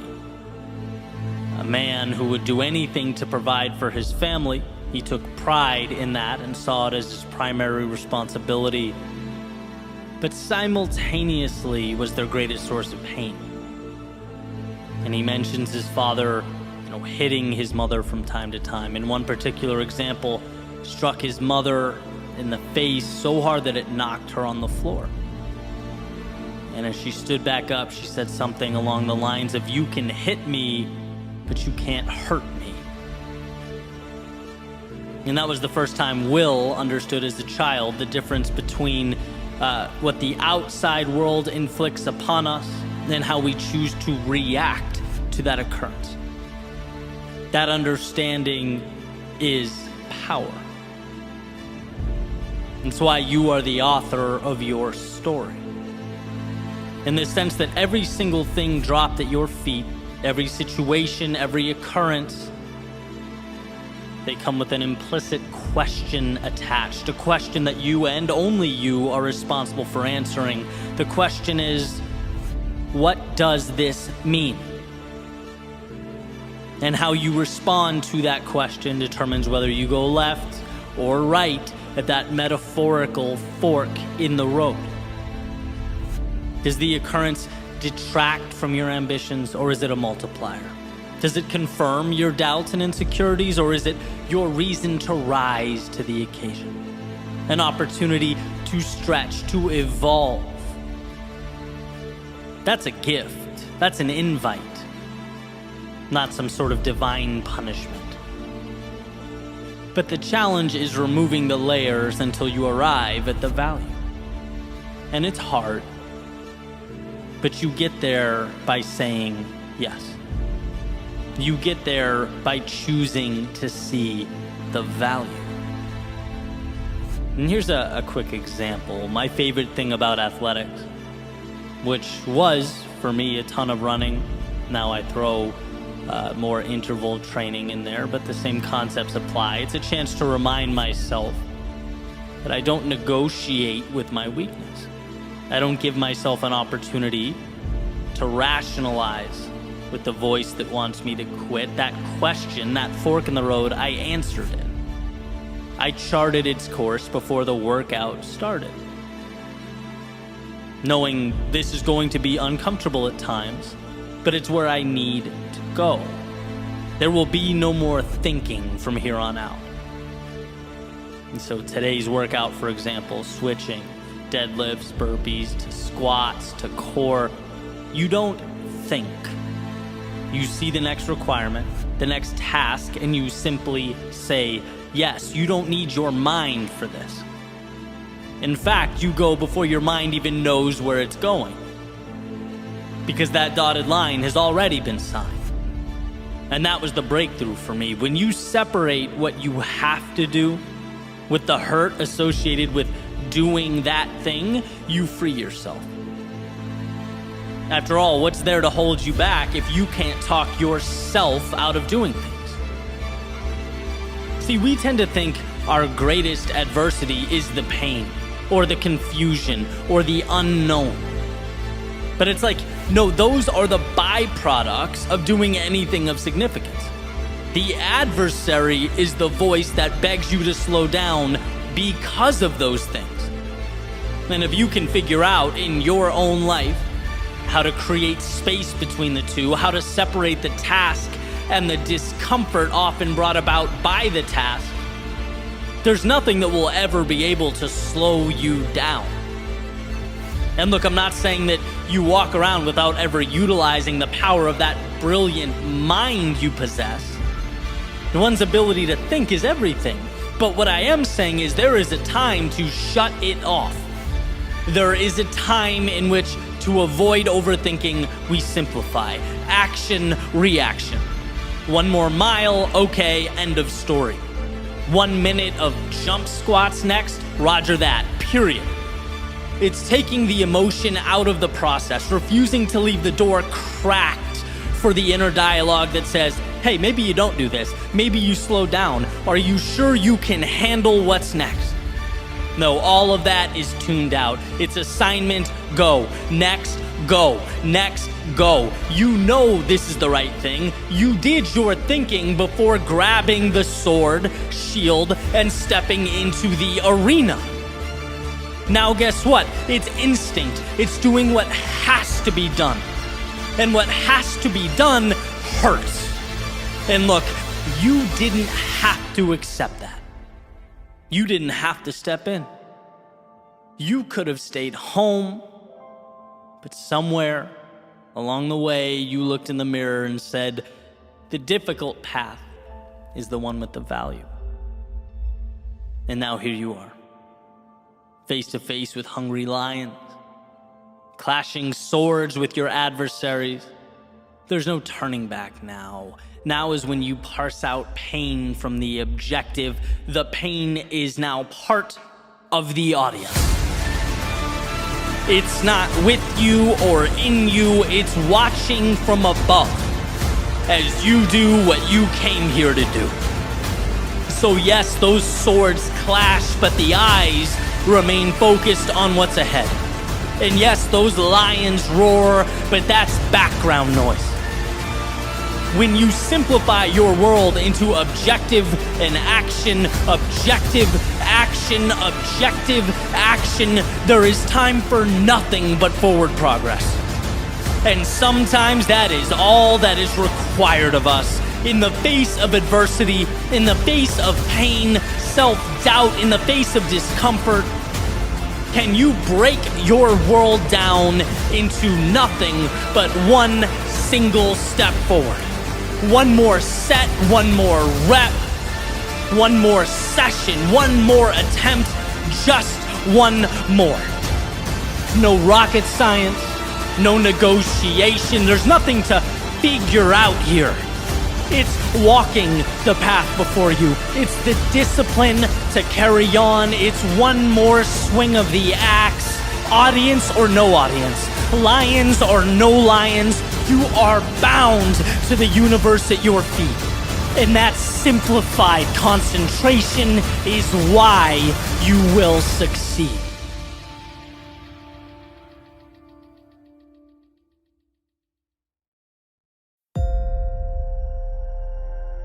There are always barbarians at the gate. And I mean this in the sense that the second we give less than our best, the second we let up, it's not just that we allow the important things to fade. No, we let the outside world infiltrate our existence. In The History of Civilizations by Will Durant, he said something that I found incredibly interesting. He's talking about the fall of the Assyrian Empire, and he says barbarism is always around civilization, amid it and beneath it, ready to engulf it by arms or mass migration or unchecked fertility. Barbarism is like the jungle. It never admits its defeat. It waits patiently to recover the territory it has lost.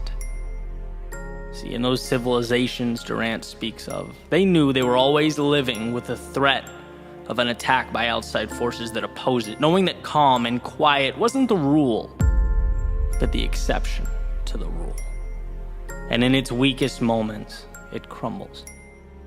In fact, Durant says societies are born stoic and they die Epicurean, right? Created from discipline, but fall apart when people take what they have for granted, when pleasure and leisure become the standard. It's almost like society is a submarine keeping out the ocean of human nature, constantly putting pressure on it, right? And why does this matter? Well, this is what's interesting. Compare it to this idea that I found in Jim Rohn's collection of lectures, where he's talking about life's concessions. He says even small compromises with regard to your goal matter. Giving in, even a little bit, can be dangerous. Saying, oh, it's just one time, is a wolf in sheep's clothing. Because it begins the process of the downfall. Plants a seed, it cracks the door for those barbarians waiting patiently outside the gate. The ones who know discipline is not guaranteed. Discipline is built, manufactured, it must be protected. It is the exception to the rule, and they are chomping at the bit. Given the slightest opportunity, they will bring it to ashes. And this matters because it's up to you to protect that which is worth protecting. Do you ever have one of those days or weeks that are insanely productive or enjoyable, and you just think, this is great, I need to do more of this, I need to sustain this? And then time goes by. The outside world sneaks in, and the prospect of continuing that routine slips away, crashes, because parameters were not created, because you let it slip once. And once doesn't mean you'll pick up where you left off. No, once is whispering to your subconscious that it's okay to concede. It says, oh, it's all right, I'll stray from my path just for the important things. I'll only crack the door for the barbarians when I need to. But now you're in an interesting situation. How do you measure when it's important enough to quit or stop or cheat? And trust me, I understand that life is complex. It's not black and white, but the areas we grow the most are the same areas where we leave no room for negotiation. X, Y, or Z is going to happen because it is who you are. And that door, it stays shut to the outside world, the mediocrity telling you your plans don't matter, to the barbarians outside looking for any excuse to infiltrate or destroy. And see, the point is not to avoid fun or leisure or the enjoyment of life. No, of course not. What I'm advocating is that we highlight the aspects of life that are non-negotiable, the things that mean a lot and are therefore subject to the ever-reaching arm of retreat. You don't have to do this, the barbarians will tell you. Once isn't the end of the world, but what life shows us is that greatness isn't one crazy or monumental action. It's keeping the intruders out where they must be restrained, remaining diligent in one's pursuit towards something more. Yes, there are always enemies at the gate, but there is also within you the ability to keep them in check, to tame them, to differentiate between your world and theirs. And in your life, your world, your empire, you are the gatekeeper.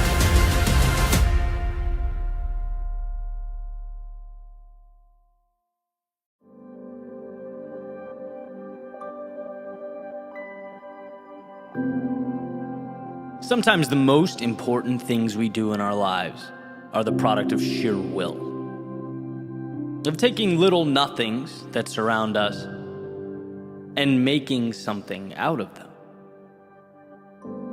In other words, the greatest opportunities, often the ones we need most, they simply aren't obvious. They're hidden. Hidden behind what looks like difficulty, what appears to be hopelessness.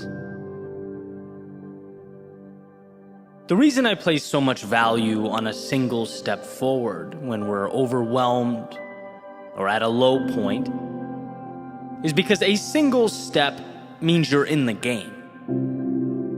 You're giving yourself a chance to find and obtain those little hidden away pieces that can't be found when we stand still and dwell on a situation.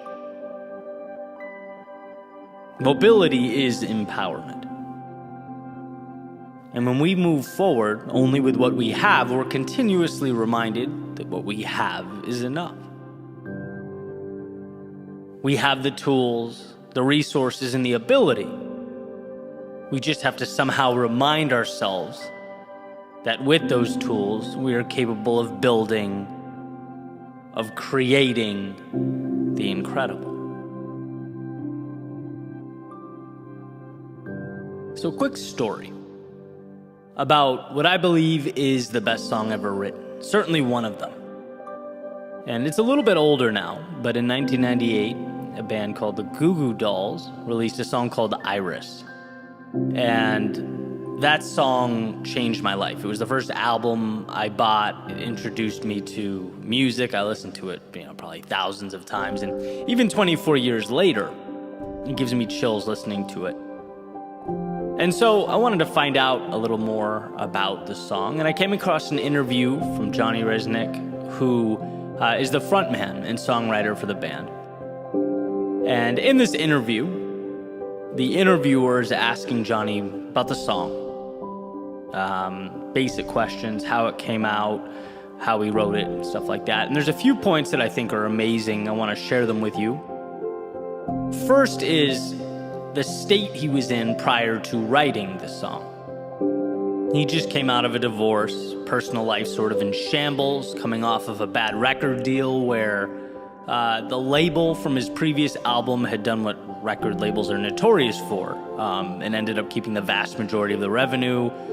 He had writer's block, just felt down, and had left his home to stay at a hotel in Los Angeles. Right? Bottom line is, it's not a dream scenario by any stretch of the imagination. And then gets a call from his manager about potentially writing a song for the City of Angels soundtrack.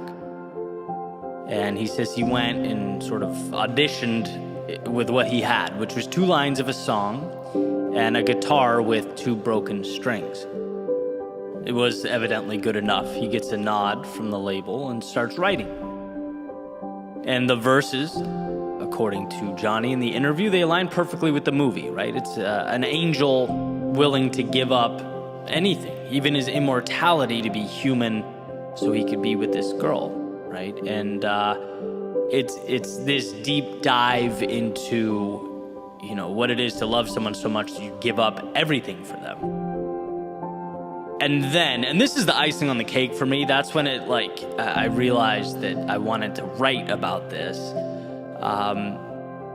The interviewer says essentially, okay, Johnny, the verses align with the movie, but the chorus, this revolutionary, big, beautiful, powerful chorus, it seems to take a left turn. Can you explain that to us? What were you thinking? And he just kind of pauses blankly for a second. And I'm thinking, no, don't you dare say what I know you're about to say. And sure enough, he does. He basically shrugs and goes, I don't know, the words just kind of worked. And, I'm paraphrasing, that's not a direct quote, but that's the idea. One of the deepest, most powerful, beautiful songs I've ever heard is Patchwork, right? Even the song title, he says, was named after a country singer on the cover of a magazine laying next to him, Iris. That's patchwork. It's pieces put together, right? And then as I thought about it for a minute, it's like, of course it is. How perfect, how absolutely perfect. The whole thing is an assembly and construction, a metaphor for the human spirit. Conceived when its author was down and out, right? Taking L after L, called to present an idea, didn't have some crazy budget or equipment to pitch this song. Nope. Moved forward only with what he had in the moment. And that was enough. Then the song, a beautiful depiction of, the movie's theme, combined with elements of real life, his personal situation, what he goes through, maybe even components that mean nothing other than an ability to encapsulate a feeling or an emotion. Words that allowed him to put a bow on all these little pieces himself and get it out the door.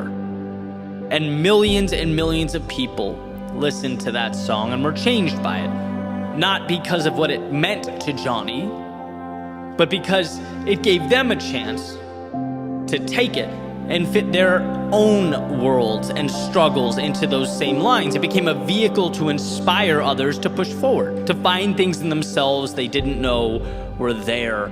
This has become one of my favorite metaphors for finding the hero buried deep within yourself. Changing your life, changing your world, changing the world around you, the lives of others. Can truly be, and in fact often is, the result of just moving forward with what you have, right? Realizing that even when the mountain seems too tall to climb, there is a way. We just require that mental shift. Listen to this question, right? Because I used to ask myself all the time, is this possible? Can this be done? Well, then that becomes the question that I focused on. And everything that occurred around me became evidence that would either support or invalidate that possibility. The second I came up against an inevitable barrier, I'd think, maybe this is telling me the answer is no. Right? Life will always be evidence for or against the questions that you choose to ask, which is why it's so important that you're asking the right questions. Because the second you change that question to, look, I know this can be done, but how will I do it? You start looking at life as a puzzle that must be solved. That same obstacle that was once interpreted as a stop sign is now merely an indicator that the path exists, just perhaps somewhere else. You've extended the pursuit. You've given yourself permission to keep looking. And it's because of these self-created expeditions that we find more in ourselves. Things won't always go perfectly, but when you look at those imperfections through the right lens, you see that this isn't about you. It's about that particular door being locked. All you have to do is believe in yourself enough to move to the next one, to continue knocking until you find a door that opens, until you find that bridge to whatever comes next. And that's why I love that story about Iris, why I wanted to share it today.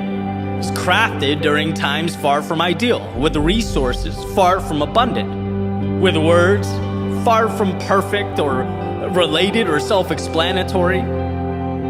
But you end up on the other side with this masterpiece. This song that certainly changed my life and definitely impacted many others.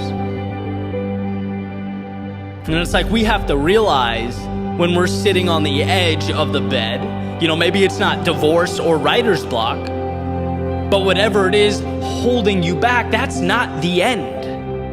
It's your reason to keep going, to begin again. You don't have to know how things will be, but you do have to know how they won't be. They won't be like this because you won't let them stay this way. And maybe it's not 2 written lines and a broken guitar. Maybe it's moving forward when your strength is not at a 10 out of 10. When you don't really have that spark. Or you're longing for some resources, some finances, wondering where they'll come from. But pushing forward one little step at a time until things start making sense. And maybe it's not a combining and restructuring of song lyrics, using your personal experiences to fill the gaps on the paper before you. But it's trusting that your own story will ultimately tell itself if you don't put the pen down. That the heroes will rise, the villains will fall, and the adventure will continue on. After all, that's what life is. One giant adventure, testing us, pushing us, and transforming us when we're at our lows, while reminding us during the good times why we're lucky to have been gifted that same adversity we once looked at with contempt. Why we're lucky that when everything's made to be broken, as the lyrics suggest, we get to make something imperfectly beautiful with the pieces.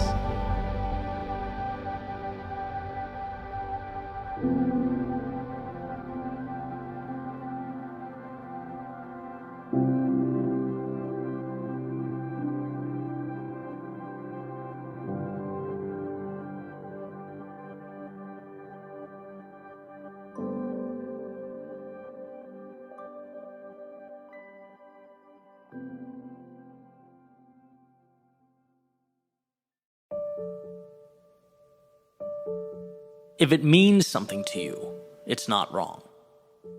I'm talking about different roads, going to different places, different ways, at different times, none more or less important than any of the others.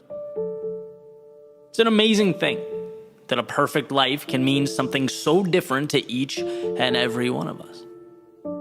I get asked quite a bit about my decision to do what I do, as far as what prompted the journey, the process of turning a page, beginning a new chapter, and in essence, leaving what didn't serve me to pursue what does. And what I realize is that a lot of these conversations are with people that have an outlook very similar to mine, right? We value a lot of the same things. But there's a distinction between what you see every day and what truly reflects reality, right? Is what's around you the only option? Is it the real deal, or is it a part of the puzzle, right? Like if you look at Twitter, for example, you have 20% of Americans supposedly use Twitter. And of the conversation on Twitter, 80% of it comes from 10% of the users, right? So it's a subset of a subset. But how easy is it to open the app and think that's a reflection of the world and how people think and what's going on? It's not. It's a very small fragment. And the reason I bring it up, the reason it's important, is because we tend to look at what we see around us as the right way or the instruction manual.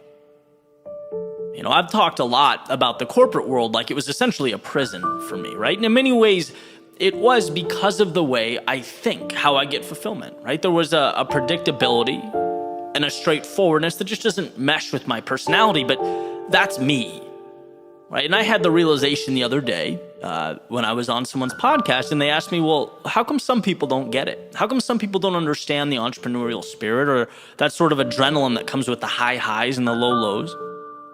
And I spent some time thinking about the answer, and I think it boils down to something simple.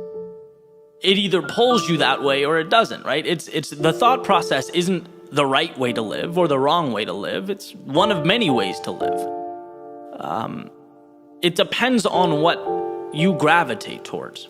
You know, I like to reference one of my best friends, Chris, because we couldn't be more different, right? He has a 9-to-5. He loves the structure. He's immersed in it. And because of that, he's moved up the organization very quickly, comes home, spends time watching TV with his beautiful kids, cooks with his wife, sends the group chat shots of the, the smoked pork or whatever the hell he makes. He's in heaven. He loves his world.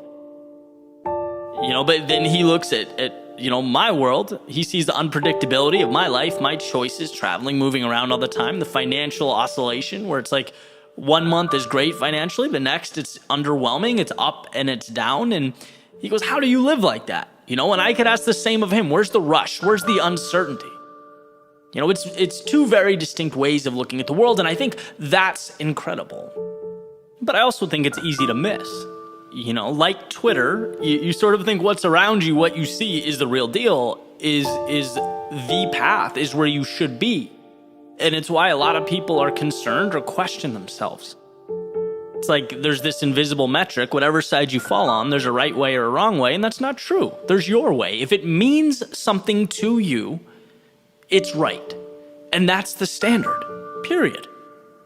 It's where you need to be, right? Who is anyone else to set those standards? No one knows you. And I think the question is twofold. One, have you taken the time in your busy life to identify what that is? Whatever it may be, have you thought about it? I'll never forget a friend asked me once, what my perfect day looked like. He asked me to describe it in detail. And I looked at him like a deer in headlights. I'm like, I don't know. I've never thought about that, right? He could tell me when he got up from when he went to bed what his perfect day was. He goes, well, how could you ever have one? By accident? Right? So do we take time to think about what matters? And number two, are you willing to drive towards whatever that is? Whether it's entrepreneurship or athletics, being a rock star in the corporate world, being a world-class painter, an amazing dad, some combination of some or none or all of these things, like what are you aiming for? But it's nice sometimes to get that reassurance that your path, regardless of how different or quote-unquote normal it is, if it's right for you, it's right. And that's something that no one can tell you. So much of life is a conversation with yourself. It really is. You have to give yourself permission to live. And I've spoken about it. I've spent a lot of years at that intersection of what I thought was right because others were doing it and what truly made me happy. Waiting for the light to turn green before realizing that moment doesn't come. You need to be the one to change it. Life is a beautiful experiment, but it is an experiment, which means you need to get to work. It's testing what you love, what you don't, where you want to be, where you have no interest in being, and embracing that, right? Discovering what you love, what's meaningful, and then trusting yourself to get there.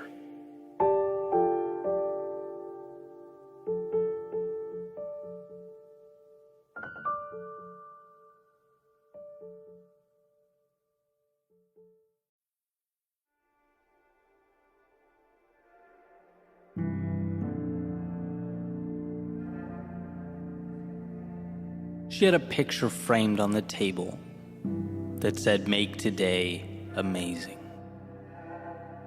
Placed there to remind her just how much of life is a choice, how much we get to decide. It symbolizes that on our worst days, life hands us lessons, and on our best days, the highs of existence. During our low points, currency, and during our high points, the chance to cash it all in. Yeah, make today amazing. Because today's are few and far between. Today's are not an inconvenience, nor an obligation. Today's are what it's all about. Today is the big show. The answers we look for, the destinations we long for. Today is a place of dreams. That is, if you choose to leave room in your world for dreaming. Today is the beginning of wherever next is for you. A chance to see the new and normalize it. To stretch, to reach further out and pull impossible a little closer into your orbit. You can do that. And while one often can't control what they are given, they can control what becomes of what they are given. Like architects and designers engineering what will be and what the malleable world around them will become. When one raises their standards, life seems to accommodate. Because believing it means acting the part, means making the changes, means the external world makes room, means your identity is reinforced, and so the cycle goes. By making today amazing, you are making yourself more.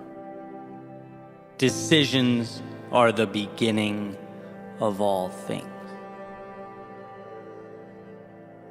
See, very rarely is the tool in and of itself the differentiator. It's the vision that pulls us through. And if you take something arbitrary, say a hammer, there's no way to, based upon its existence, determine what it will mean or what will become of it. A hammer can be an agent of chaos. It can smash and shatter and destroy. It can be the thing used to tear down. Or it can be what builds. It can connect. It can alter and redefine so that something, when all is said and done, is brought into an existence that never was. It was never the tool. It was how the eyes viewed the tool.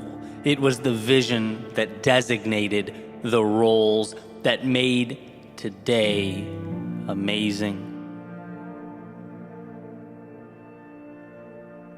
And the reason we all need this reminder, as far as I can tell, is because the difficult things just so happen to be the meaningful things.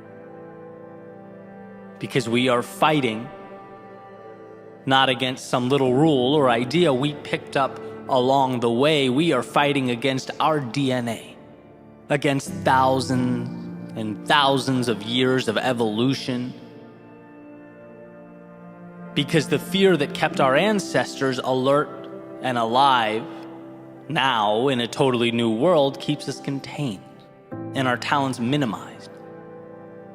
The approval of others that kept us safe and secure as we once traveled the landscape in small groups, hunting and gathering, well, now it keeps us needlessly looking over our shoulders and craving acceptance. The unknowns that kept us out of the dark cave with the predator living in its shadows now keeps us confined. looking out at life's potential through self-made windows. We need to be reminded to make today amazing, because those things are quite the adversaries. Because our default is to just let the ship sail. Our default is to simply survive. After all, that is the standard and the rule by which living things abide. Make it another day. But I believe you are more than a living thing.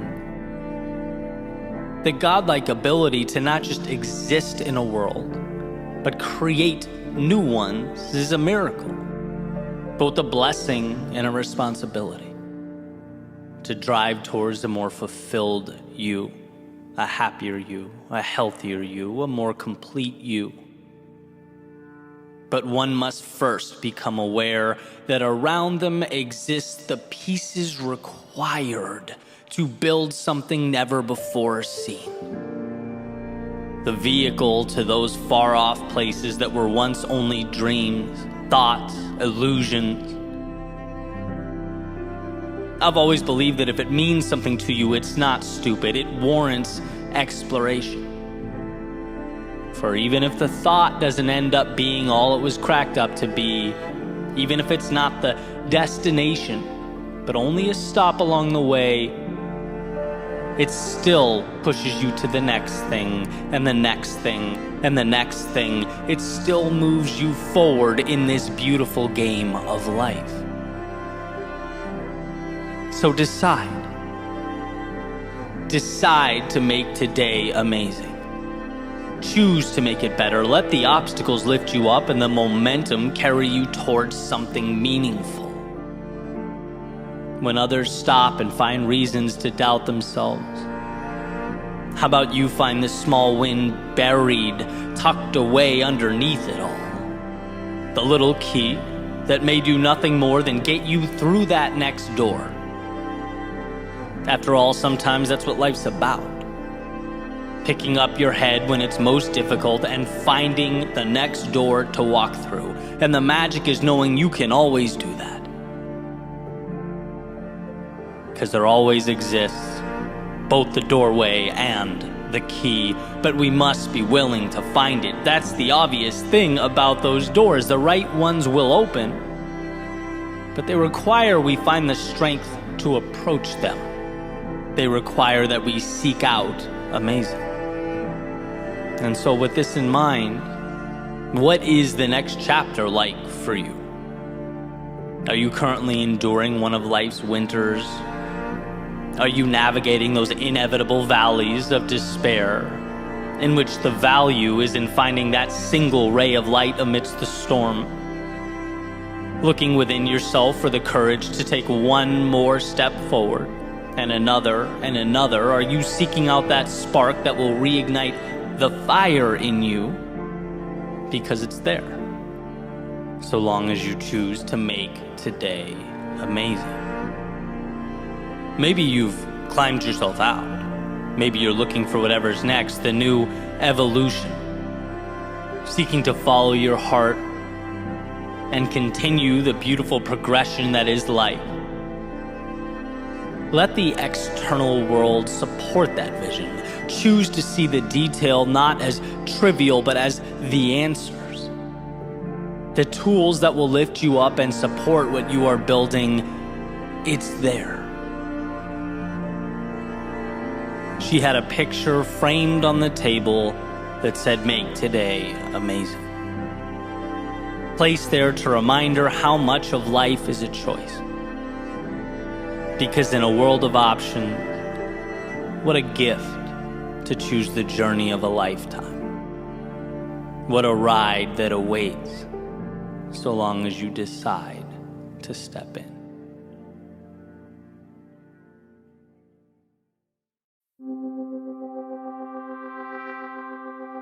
How can I be happy all the time? It's a question I get probably more than any other, right? And every time I read that question, I pause for a second and can't help but think that it's somewhat misguided. Happy all the time. time? How can I eliminate everything? And I guess the thinking is, it's folks that know the channel and watch my videos, right? So they hear the perspective and the positivity and the messages, and they want that to be a constant reality. And I get that. But the part that I think is overlooked is that those breakthroughs, right? Those lessons learned, they come from stories that were carved out from hardship, right? From some of my most difficult times. It's not that happy isn't the goal, it is. But at the macro level, it requires micro adjustments, right? Periods of difficulty. We're human. We have emotions. We have highs, but you bet we have lows. And there's good, but there's also bad. And I don't believe that happy all the time is the target. The target's everything that comes your way, the good and the bad, making something out of it, a net positive, finding happiness in places where perhaps we didn't see it the first time, right? Thinking big picture, thinking macro, our overall contentment with life. See, that's the beautiful component that we're prone to overlook. And so I thought for some clarity, what I do is start from, day one. When I started this journey, this entrepreneurial, process. And I'd go through some of my messaging, some of the videos that I've released along the way and talk about why, how I got to that point, how I got to that lesson learned, and why maybe happy all the time is misleading. The first video I ever released, it's called Ode to Excellence. And essentially it's a promise to myself to never quit, to never give up, to never back down, no matter how difficult things get. And I wrote that after my first true entrepreneurial project. I was on my own for the first time and love music, right? Music's always been sort of the backbone of my creativity. And I thought, you know what I'm gonna put everything aside. I'd saved up some money. I'm gonna record an album, an acoustic album. And that's what I did. And I blocked off the world, and for 3 months I wrote songs and recorded them and edited them and mixed them and mastered them, put them all on CDs. I sent the CDs to radio stations, clubs, bars all around Boston. I thought it was gonna, be this life-changing thing, and it was, but not in the way that I thought. The CD got no traction, right? Family, friends bought it, were very supportive, but that's really where it ends. And it was the first time in my life, truly, I'd given everything for something and gotten no response. It was the first time I realized that effort does not always equal a result. But here's why it was the best thing that ever happened to me. One, I realized that maybe it's not that good, which, looking back now, is what you'd expect doing something for the first time. It's like, dude, you have to hone your craft. You have to write 2,000 songs. You have to put in so much more time to be at a level where you want to be. You can't just think that it happens overnight, right? And that was a very important thing for me to understand. The second is I realized that I was at the bottom of a very big mountain looking up. This is a process. And it's going to take persistence. It's going to take patience. And it was stressful, right? Particularly because I didn't have that safety net that I once had. I wanted to retreat back to the simplicity of what I had, the sort of the reassurance of a job. I wasn't sure that the cost, the uncertainty of the moment was worth it. It was stressful. But that situation helped define me, right? It wasn't perpetual happiness that taught me this lesson. No, it was one of my toughest times. From that failure came my resilience, came my ode to excellence. I wrote a speech called Perspective. And this is, months down the road. I saw my first kind of glimmer of light, right? I've been, doing the music thing and also creating a brand on YouTube and sharing my thoughts, telling stories, and I finally saw a little bit of success. I wrote a speech called Running in the Rain, and it was getting traction. It was doing well. It was being shared, creating buzz. I was getting speaking inquiries, all these things, and I'm like, all right, well, here we go, right? Let's go. A little bit of momentum. And I woke up one morning and I got this email from YouTube, and it was like, we had to remove the video from your channel because you broke community guidelines. And apparently I put some keywords on the bottom of the description to help it get traffic, running, inspiration, things that would help it sort of move to the top of the pile when someone searched for it. And I remember being so angry about the situation. I felt so sorry for myself. It was like momentum, attention, they're so hard to capture. I'm finally getting it, and now this, right? And my views are declining and everything's going backwards. And you just feel like I was delusional. I felt like the world was ending. But that prompted me to look at the big picture, right? To realize that, look, there's nothing you can do except re-upload the video, start over, and keep my head up. Think about it. Life is going to throw things at me that are much more difficult than this, right? There's going to be difficulty and loss and problem, even tragedy. And if I fold over a video being taken down, I don't really have a shot, right? So from that tough time, I gained perspective. I learned to toughen up. I started to understand that it's not what happens to you, because everyone has difficulty in their life, but it's how you deal with it. That's what brings happiness at a macro level. I wrote a speech called Dancing with No Music. You know, I remember the situation exactly. I was sitting at my desk, kind of brainstorming a new project I was gonna work on, and my phone buzzed. Pick it up, and I had a text message from a friend at the time, and he accidentally sent a text message to me, kind of poking fun at me and my work and what I was doing. It was meant to be about me to someone else, and he accidentally sent it to me directly. And I remember sitting there thinking, like, dude, are you kidding me? Right? These are the people that are supposed to have your back. They're supposed to be, picking you up, encouraging you when you're going through these difficult times. And so in that moment, I felt more alone than I had in a while. It wasn't a great feeling, but it prompted thought. Thought prompts perspective, and I began to realize, look, it's not his fault, right? People don't see, the world as it can be, right? They don't understand your vision. They see now, not your idea, not your potential. They see now. And if you want to bring that to fruition, you have to separate the negativity, separate the people that do that and think like that and say those things and live life like it's already there, like it's guaranteed. And so from that difficult moment, I learned that I need to dance with no music, believe in myself, see it before it's there. Act like I already hear the melody and I'm moving towards it. That's the only way to push through that cloud of chaos into the result that you want, that you so desperately want. I wrote a speech called The Last Train Home. And at this point, I'd been working hard to build Your World Within for, maybe a year at this point. One of my greatest struggles was that I continued to feel the pressure to adhere to standards that I didn't personally believe in, right? I was restricted by benchmarks that they weren't integral to my journey. And so, before working for myself, it was trying to impress my boss and the idea of promotions and goal sheets. Then it became, comparing my style to those around me, to people that have found success in some capacity. And I even remember, running at 2 p.m. and feeling guilty because all those people doing quote unquote the right thing, they're working in an office, right? They don't have the luxury of running downtown. And that was my mindset. And so I fell into the temptation of viewing precedent or previous success stories as not just a tool, but as the singular way to reach the summit.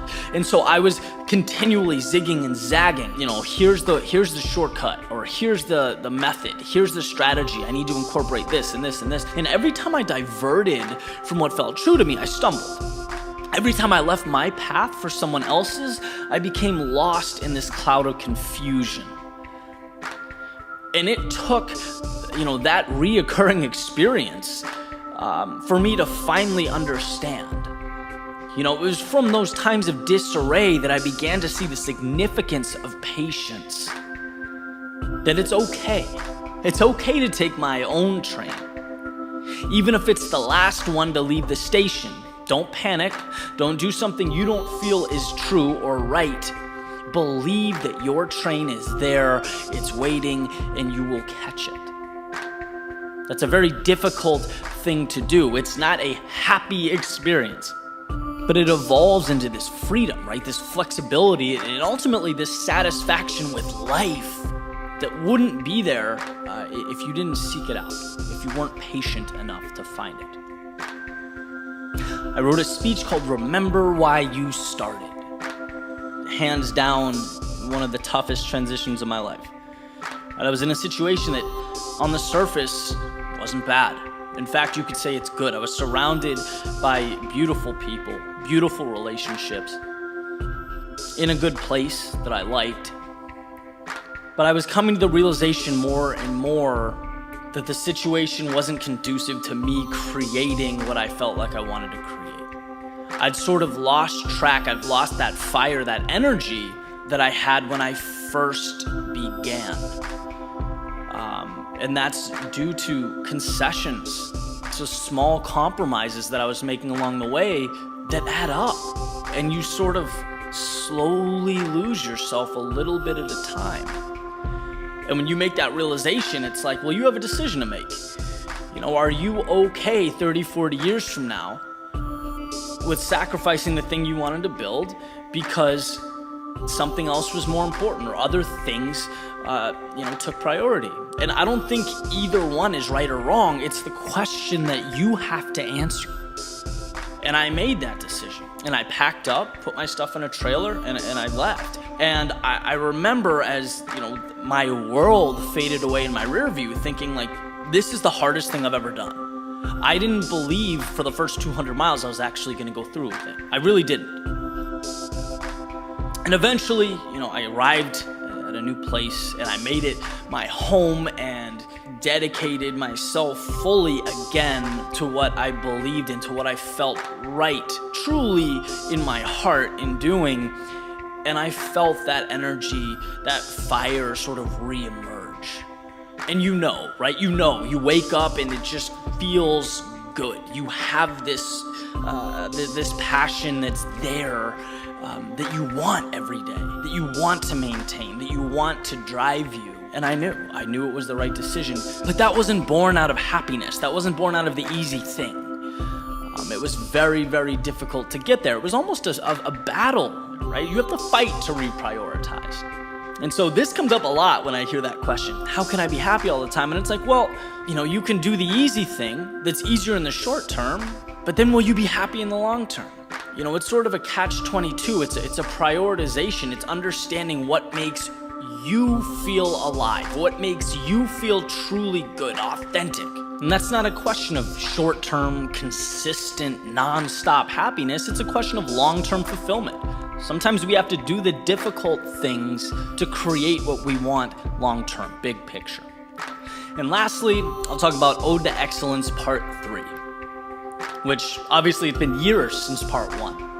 And a lot's changed. The goalposts have shifted. The context is new, but the idea is pretty similar, right? It's a promise to myself to move into uncharted water, whether that's because it feels right, I'm called to do it, or sometimes just for the sake of sheer curiosity. It's that idea that sometimes what awaits around the corner can change your life, right? That unknown can be exactly what you need, and you don't know unless you move there. And the difference in context is that now I'm settled. Right now, I'm substantially more comfortable than I was when this whole thing began for me. And the danger in that is nothing's screaming at you constantly to continue to grow and evolve and develop. Right? It's real easy to fall into routine and just kind of keep going the way you've always gone. And I remember sitting right outside talking to a good friend of mine on the phone, and we were talking, strategy, talking about growing our brands and just kind of the different worlds that we're involved in. And he asked, Eddie, why, have you stopped doing the music thing? I think there's something there. And, music's obviously been a big part of what I do. It kicked off my creative journey, as I mentioned earlier, with that album. It's been sort of intertwined into this process. I write a lot of background tunes. I wrote the background music you're listening to right now. I haven't completely left it, but I've pivoted. And when he asked why it's been sort of in the background, I couldn't give a complete answer. I didn't really know. But as I began to think about it, the answer really rose to the surface. Right? I became so fixated on one dimension of what I was doing that I started to look at it through a lens of scarcity and ignoring the infinite possibility out there. I mean, really, in relation to what's possible, my accomplishments are a grain of sand on the beach. Right? It's very minimal. But that's not how you look at things when you really get lost in the weeds. I didn't want to hurt my credibility. I didn't want to lose what I built. I didn't want to sabotage a quote-unquote winning formula. But guess what? That's not what life's about. That's not what my brand or message is about. That's not what got me here, right? Exploring creativity is what got me here. It means everything to me.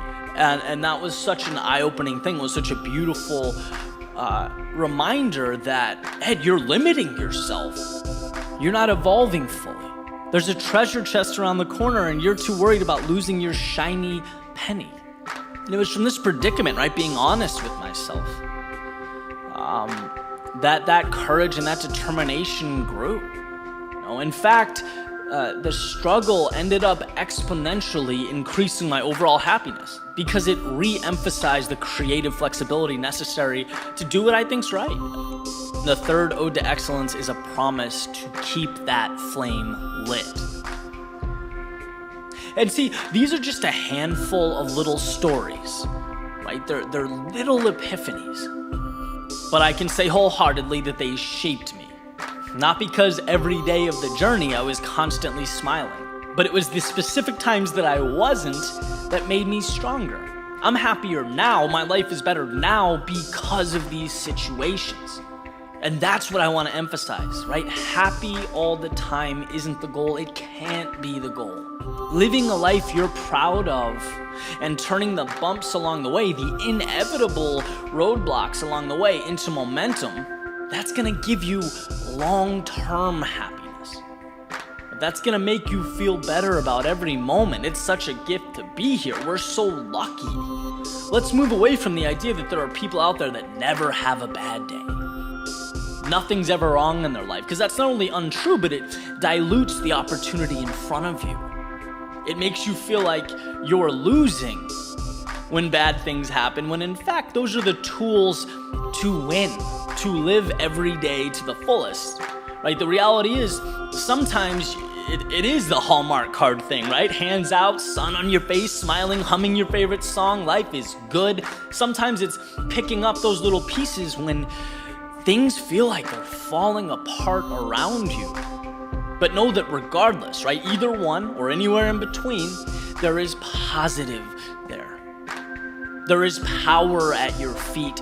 Just find it, hold it, and by all means, keep moving forward.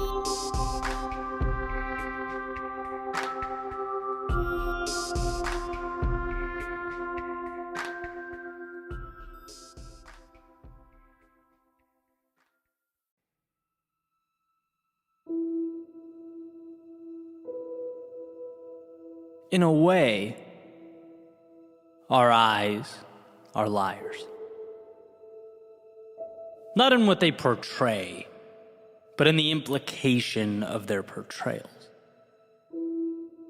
Our eyes highlight to us one thing: what surrounds us now.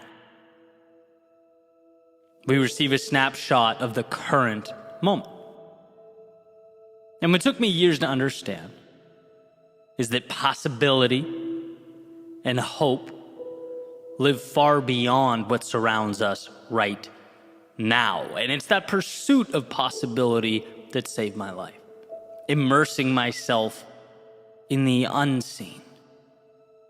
Perhaps we were given the now, not to subserviently accept it, but to transform it. I believe in our own way, we're all architects. Here's what I've found to be tricky, though, as I've spent time thinking about this. What I believe and I've come to recognize is that two things can be true at once. First, all we'll technically ever have is the present. As Eckhart Tolle explains, depression is essentially being lost in the past, anxiety is being fixated on the future, and that a healthy life is learning to cherish the now. But second is the power and control of being able to point the now at something far beyond what our eyes convey.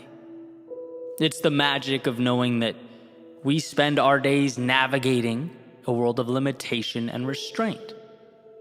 And it's not that we wake up and think, I'm going to restrict myself today.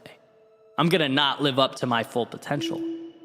No, it's that we go on autopilot. We observe the slideshow our eyes play for us day in and day out and exist within those parameters. That seems perfectly reasonable. Our eyes show us a wall and our brain says, okay, this is where we stop. The end. And what I want to highlight is that world just beyond what our eyes show. A world that pushes things a little bit. A world in which we ask, okay, but what if I gave a little more? Or why can't I be like those people in my life I look up to? Why shouldn't I change the circumstances that weigh on my mind? Why have I accepted these things that make me unhappy day in and day out? Just because it's the image your eyes show you right now doesn't mean it's where you stop. But we have to learn to look for more. When I was pretty young, like right about the time home PCs were gaining prominence, my parents got this gateway computer that came with a Star Wars game demo. And you have this character, you wander around the spaceship, and I played it, and I played it, and I played it, and after a while, explored all there was to explore. Right? Or so I thought. I assumed I'd maxed the thing out because it was a demo. It wasn't the full game. So my assumption was that it wouldn't let me do too much until I went out and bought the real version. Then one day my friend from up the street came over and I'm showing him the game. And somewhere he notices a little button that opens up this door, and come to find out there was actually a lot of real estate left to explore. A lot of game available. It led to a tunnel that led somewhere else, that led somewhere else. And sure, I felt like a clown for not realizing that I was needlessly wandering in circles, but at the same time was excited about this new world. There's something about that concept, the secret door, the bookcase that can be moved to unveil a passageway to something greater, to the value locked away and invisible to the untrained eye. One of the most important things for us to understand is how many of these doors exist in our lives. That if we choose to recognize and identify something more, something that excites us and invigorates us, we can usually draw a line to it. We can start little by little heading that way.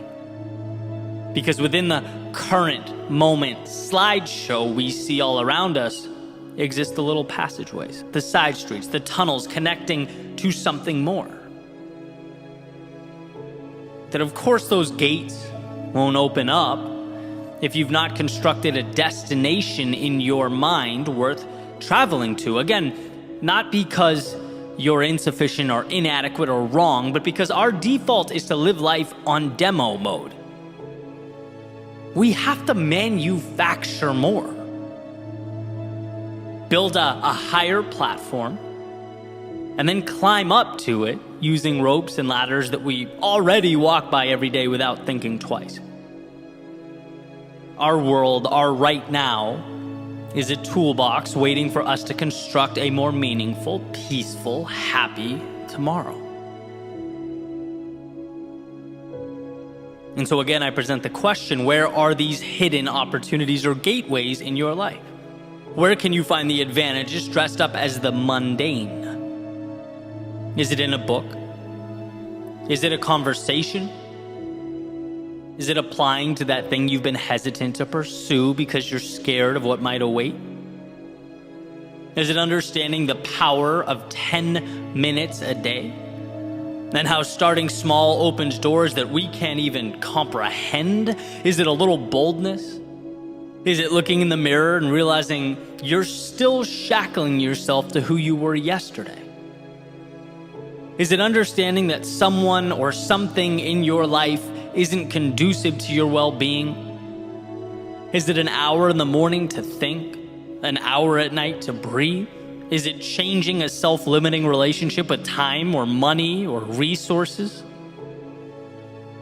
What walls can you knock down so that you might open up a world that's meant for you? A world that's malleable and without limitation. Your eyes, they don't tell the story of how things can be or what they mean. They show you the infinite tools at your disposal to build, to create, to design. To never accept a now that wasn't chosen with intentionality. That where there exists pain, there also exists a door to lessen and transform that pain. Your journey, it never ends where you are, it ends where you choose to stop. It ends where you plant a stake in the ground and accept the world around you. So if no one has told you recently, let me remind you how powerful you are. Let me reiterate what you are capable of. And that perhaps your reality requires of you some customization. Perhaps the courage to step outside the routine and the obligation. And as the architect you are, build something beautiful, meaningful, something incredible to stand on. To recognize the distinction between what is and what can be, the second one understands that they are walking by the very solutions they need. That to remain in a state of discontent is simply an indifference to the resources around them. Remember this. What you see, your eyes don't provide an end state, but a path to the next chapter. A chisel to little by little evolve. As someone recently reminded me, Mark Twain's quote, "Logic will get you from point A to point B, but imagination will take you everywhere." Why? Because so much exists beyond the parameters of everyday life. It's about mapping new paths with new points and new rules. Because some exist and some live. Some comply and some create. Some see what is around them, and some ask, what can I build with what is around me? So build.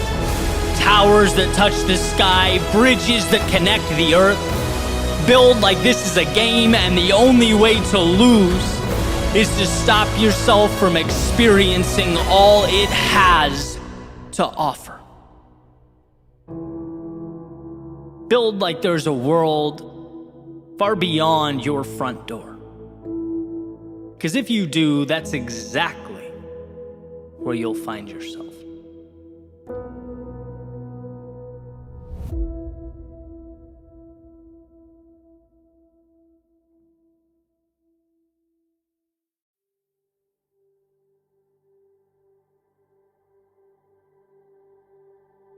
The little E on the car dashboard reminds me that I'm pointed east. As I sit at the red light, perpendicular to Ocean Ave, staring out at the water, this is it. This is as far as I can go. There are no more streets or towns or cities. There can't be any more stops along the way, just miles and miles of ocean.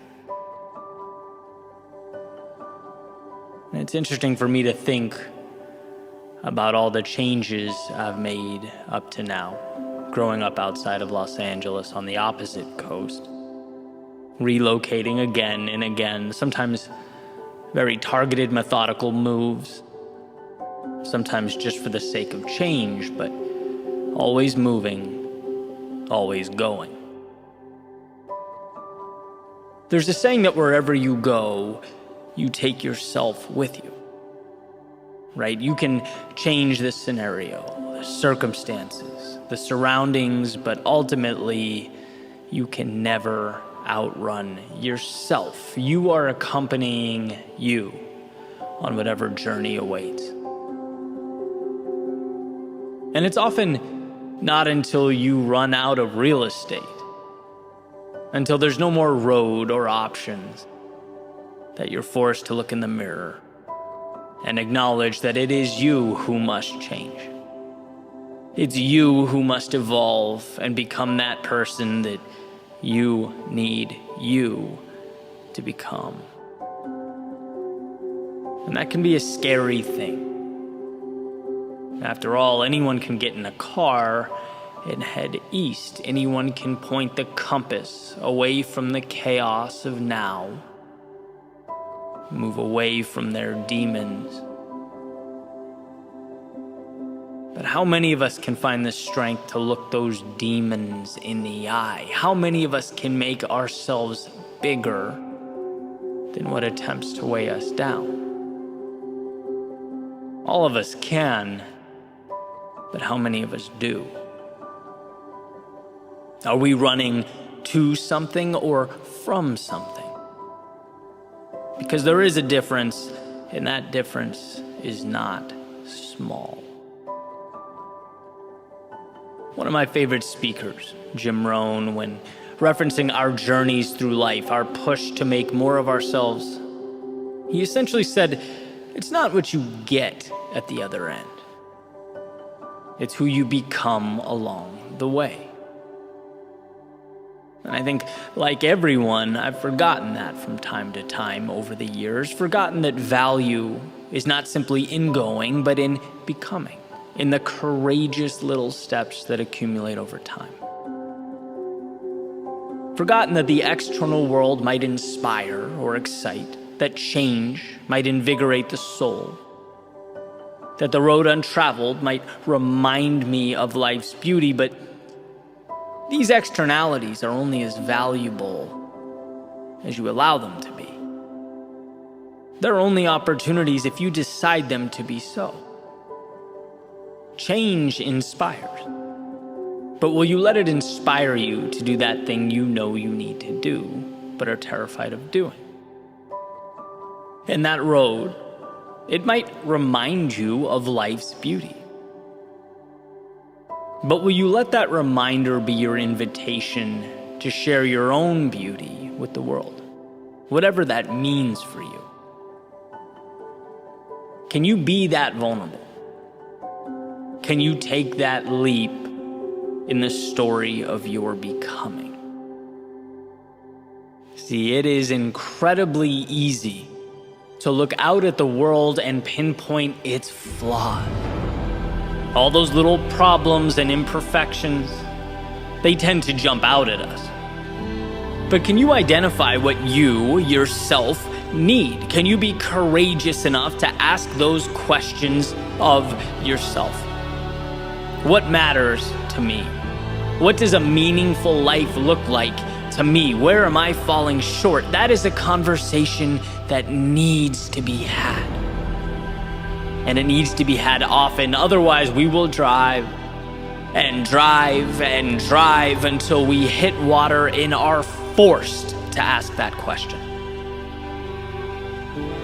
Because it's interesting that when we don't pause and make the changes that need to be made, life has a way of ensuring that we do. But when it's mandated by life, it tends to be a lot messier, a lot more chaotic. At least than when we make the decision ourselves. But either way, we cannot run forever. Either way, we must step into a new pair of shoes and learn to walk confidently with them into the night. There are plenty of little mantras floating around out there, little pieces of advice, and perhaps it's best for us to weigh them each individually, see what meets our needs and fits our criteria, After all, life is not one size fits all. But one of my favorite among these is to do one single thing that scares you every day, and I'll tell you why. Because when we become conditioned to turning our backs on all the uncomfortable things in life, we cripple our prospects of a better tomorrow. It's synonymous with the seed refusing water, saying no to the very thing it needs most. And what should be noted here, one of the reasons it's so dangerous, is that saying no is incredibly subtle. It's not some big event or explosion. There's no fireworks show that occurs every time you walk away from what you need. No, it goes unnoticed. And again, one of the greatest challenges is quantifying that which we don't do. How do you measure that thing you walked away from? Well, unfortunately, you can't. You can't, at least until you're staring out at the Atlantic with nowhere to run, no more escaping on the agenda. You don't know until you're forced to pick the pieces up and make something of them. And I say this so that hopefully it can ignite that spark in your soul that you need most, whether you previously recognized it or not.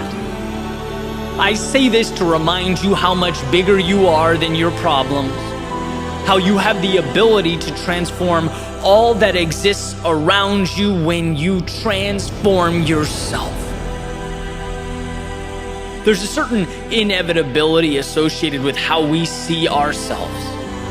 And I believe this to be true at both the personal and the societal levels. Anyone can look in the mirror and see the past, where they've gone wrong, how inadequate and ill-prepared they are. But the courage to look in the mirror and see strength, to both identify and understand one's shortcomings, but know that you have the power to do something about it. To know that the times you fell or didn't make the cut, they don't indicate that the endeavor was all for naught or unequivocally wrong. No, there is so much good tied into your pursuit. So much beauty and courage ingrained in your soul.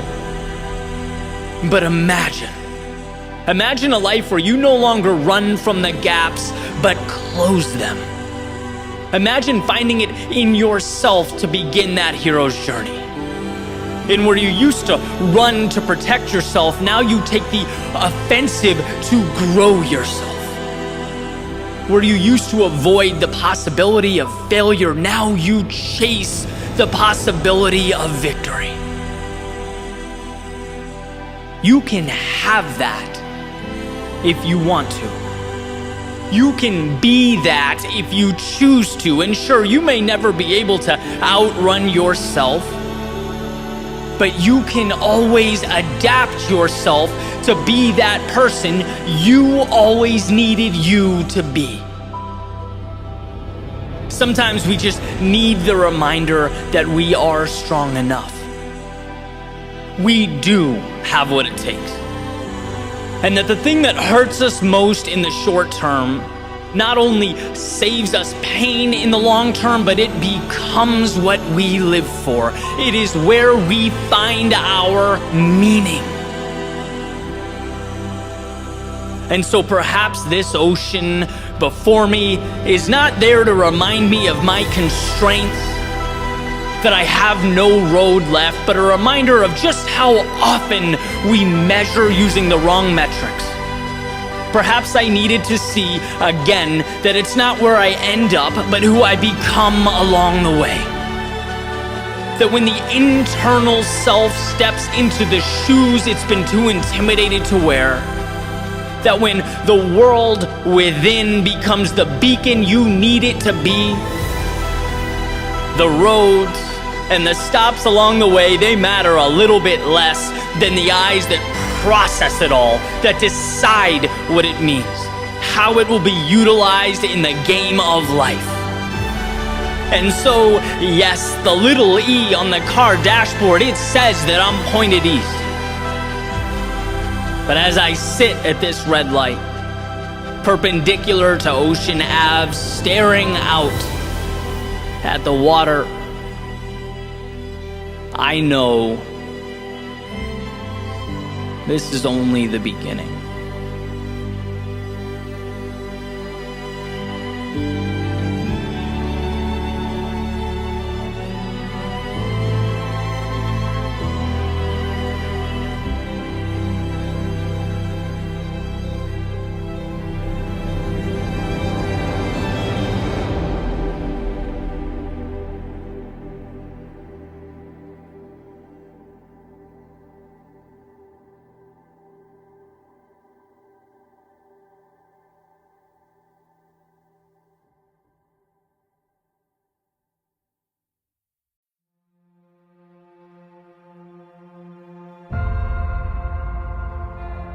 Let's right out of the gate draw a line. The most important line one can draw, a line of demarcation separating who you were and who you are. A line between the past and the present, and this line marks your return. No, not to the days of old, but to step one. Your chance to begin again, to rise above, to transcend yesterday's character and transform today's potential. See, what we often fail to realize is that there are ideas deeply ingrained in our minds that rule over us, a sort of subconscious authority. It says yesterday you fell short, so today you are someone who falls short. It says your objective was not reached in the past, so how about a new, maybe easier one? It draws a nice little box, pats you on the head, and says, how about we make a nice, cozy home for ourselves in here? And what this subconscious authority fears most is that you wake up, that you become aware, that you return. Not to the past, but to the power tucked away under all the stories you somewhere along the way decided were real. The second you accept that yesterday is only as relevant as you decided to be, you unchain yourself. You become unshackled. So return to that place of curiosity, where you're not obligated to perform, but gifted with the journey before you. And that could certainly be hard, right? It was hard for me to look back at my life and distinguish between what I've simply accepted and life's objective truths. I'd taken orders and been obedient for so long. I'd been listening to that subconscious authority for so many years that I had to, in a way, relearn what creativity meant for me. I had to learn not to feel guilty going on a jog in the middle of the day when the rest of the world was working. I had to learn that my instinct wasn't to explore, but to stop short. I wasn't pushing limits or peering around corners. I wasn't testing the waters or seeking out the hidden opportunities life hides away. No, I was on autopilot. And life, it had called for my return. It's funny how when you reject your potential long enough, the universe seems to tap you on the shoulder. It makes it more and more apparent every day that something greater is within an arm's reach, backs you into a corner until you have to address the dissonance between who you are and who you've allowed yourself to be. Those orders you've been taking don't align with your best self. And so one must not only create, but in a sense return to their greatness, to accept what they've been running from. You are what you choose to be, and let's face it, it's very easy to choose to be less than we can be. There's a saying that your reality is not destined to be, it is rather what you've chosen to accept. You only get in your life what you allow. And the entirety of this message is about one thing: That light bulb moment, the epiphany, the instant of empowerment that this world can only give you what you ask for.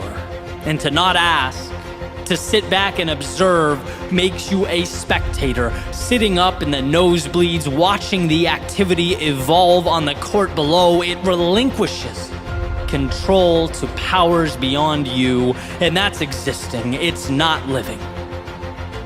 So ask. Ask life for the things that lift you up and elevate your existence. The reason a book metaphor works so perfectly in my mind is because when one opens to a blank sheet, they can write about anything. There's no limitation to what can be placed on that paper.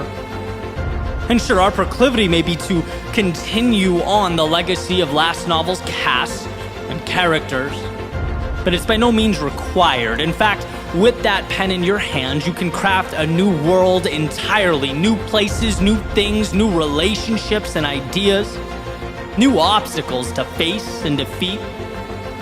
A blank page can be and mean anything, and so every sunrise, every door you walk through presents in the same sense a blank page. Realize that there's no obligation to perpetuate the past or continue on in the same way you arrived. No, this day is yours. Take hold of that self you've hid away. Find the courage to unshackle yourself from how you were once seen by your friends or your teammates or your coworkers. Level up and understand that you don't owe the world any type of explanation. Remember, you're not here to conform, to obey, to live a life of obedience. No, you're here to poke, to prod, to explore, to follow the nagging curiosity, to embark upon the adventure that is life. When you understand that you are not your past, when you see that the person you were has no control over the person you are in this moment, you are free. So with eyes wide, a beating heart, a head held high, step into that world. Because if you live with conviction, with absolute certainty, that life may not always be easy or intuitive, but it's there for you.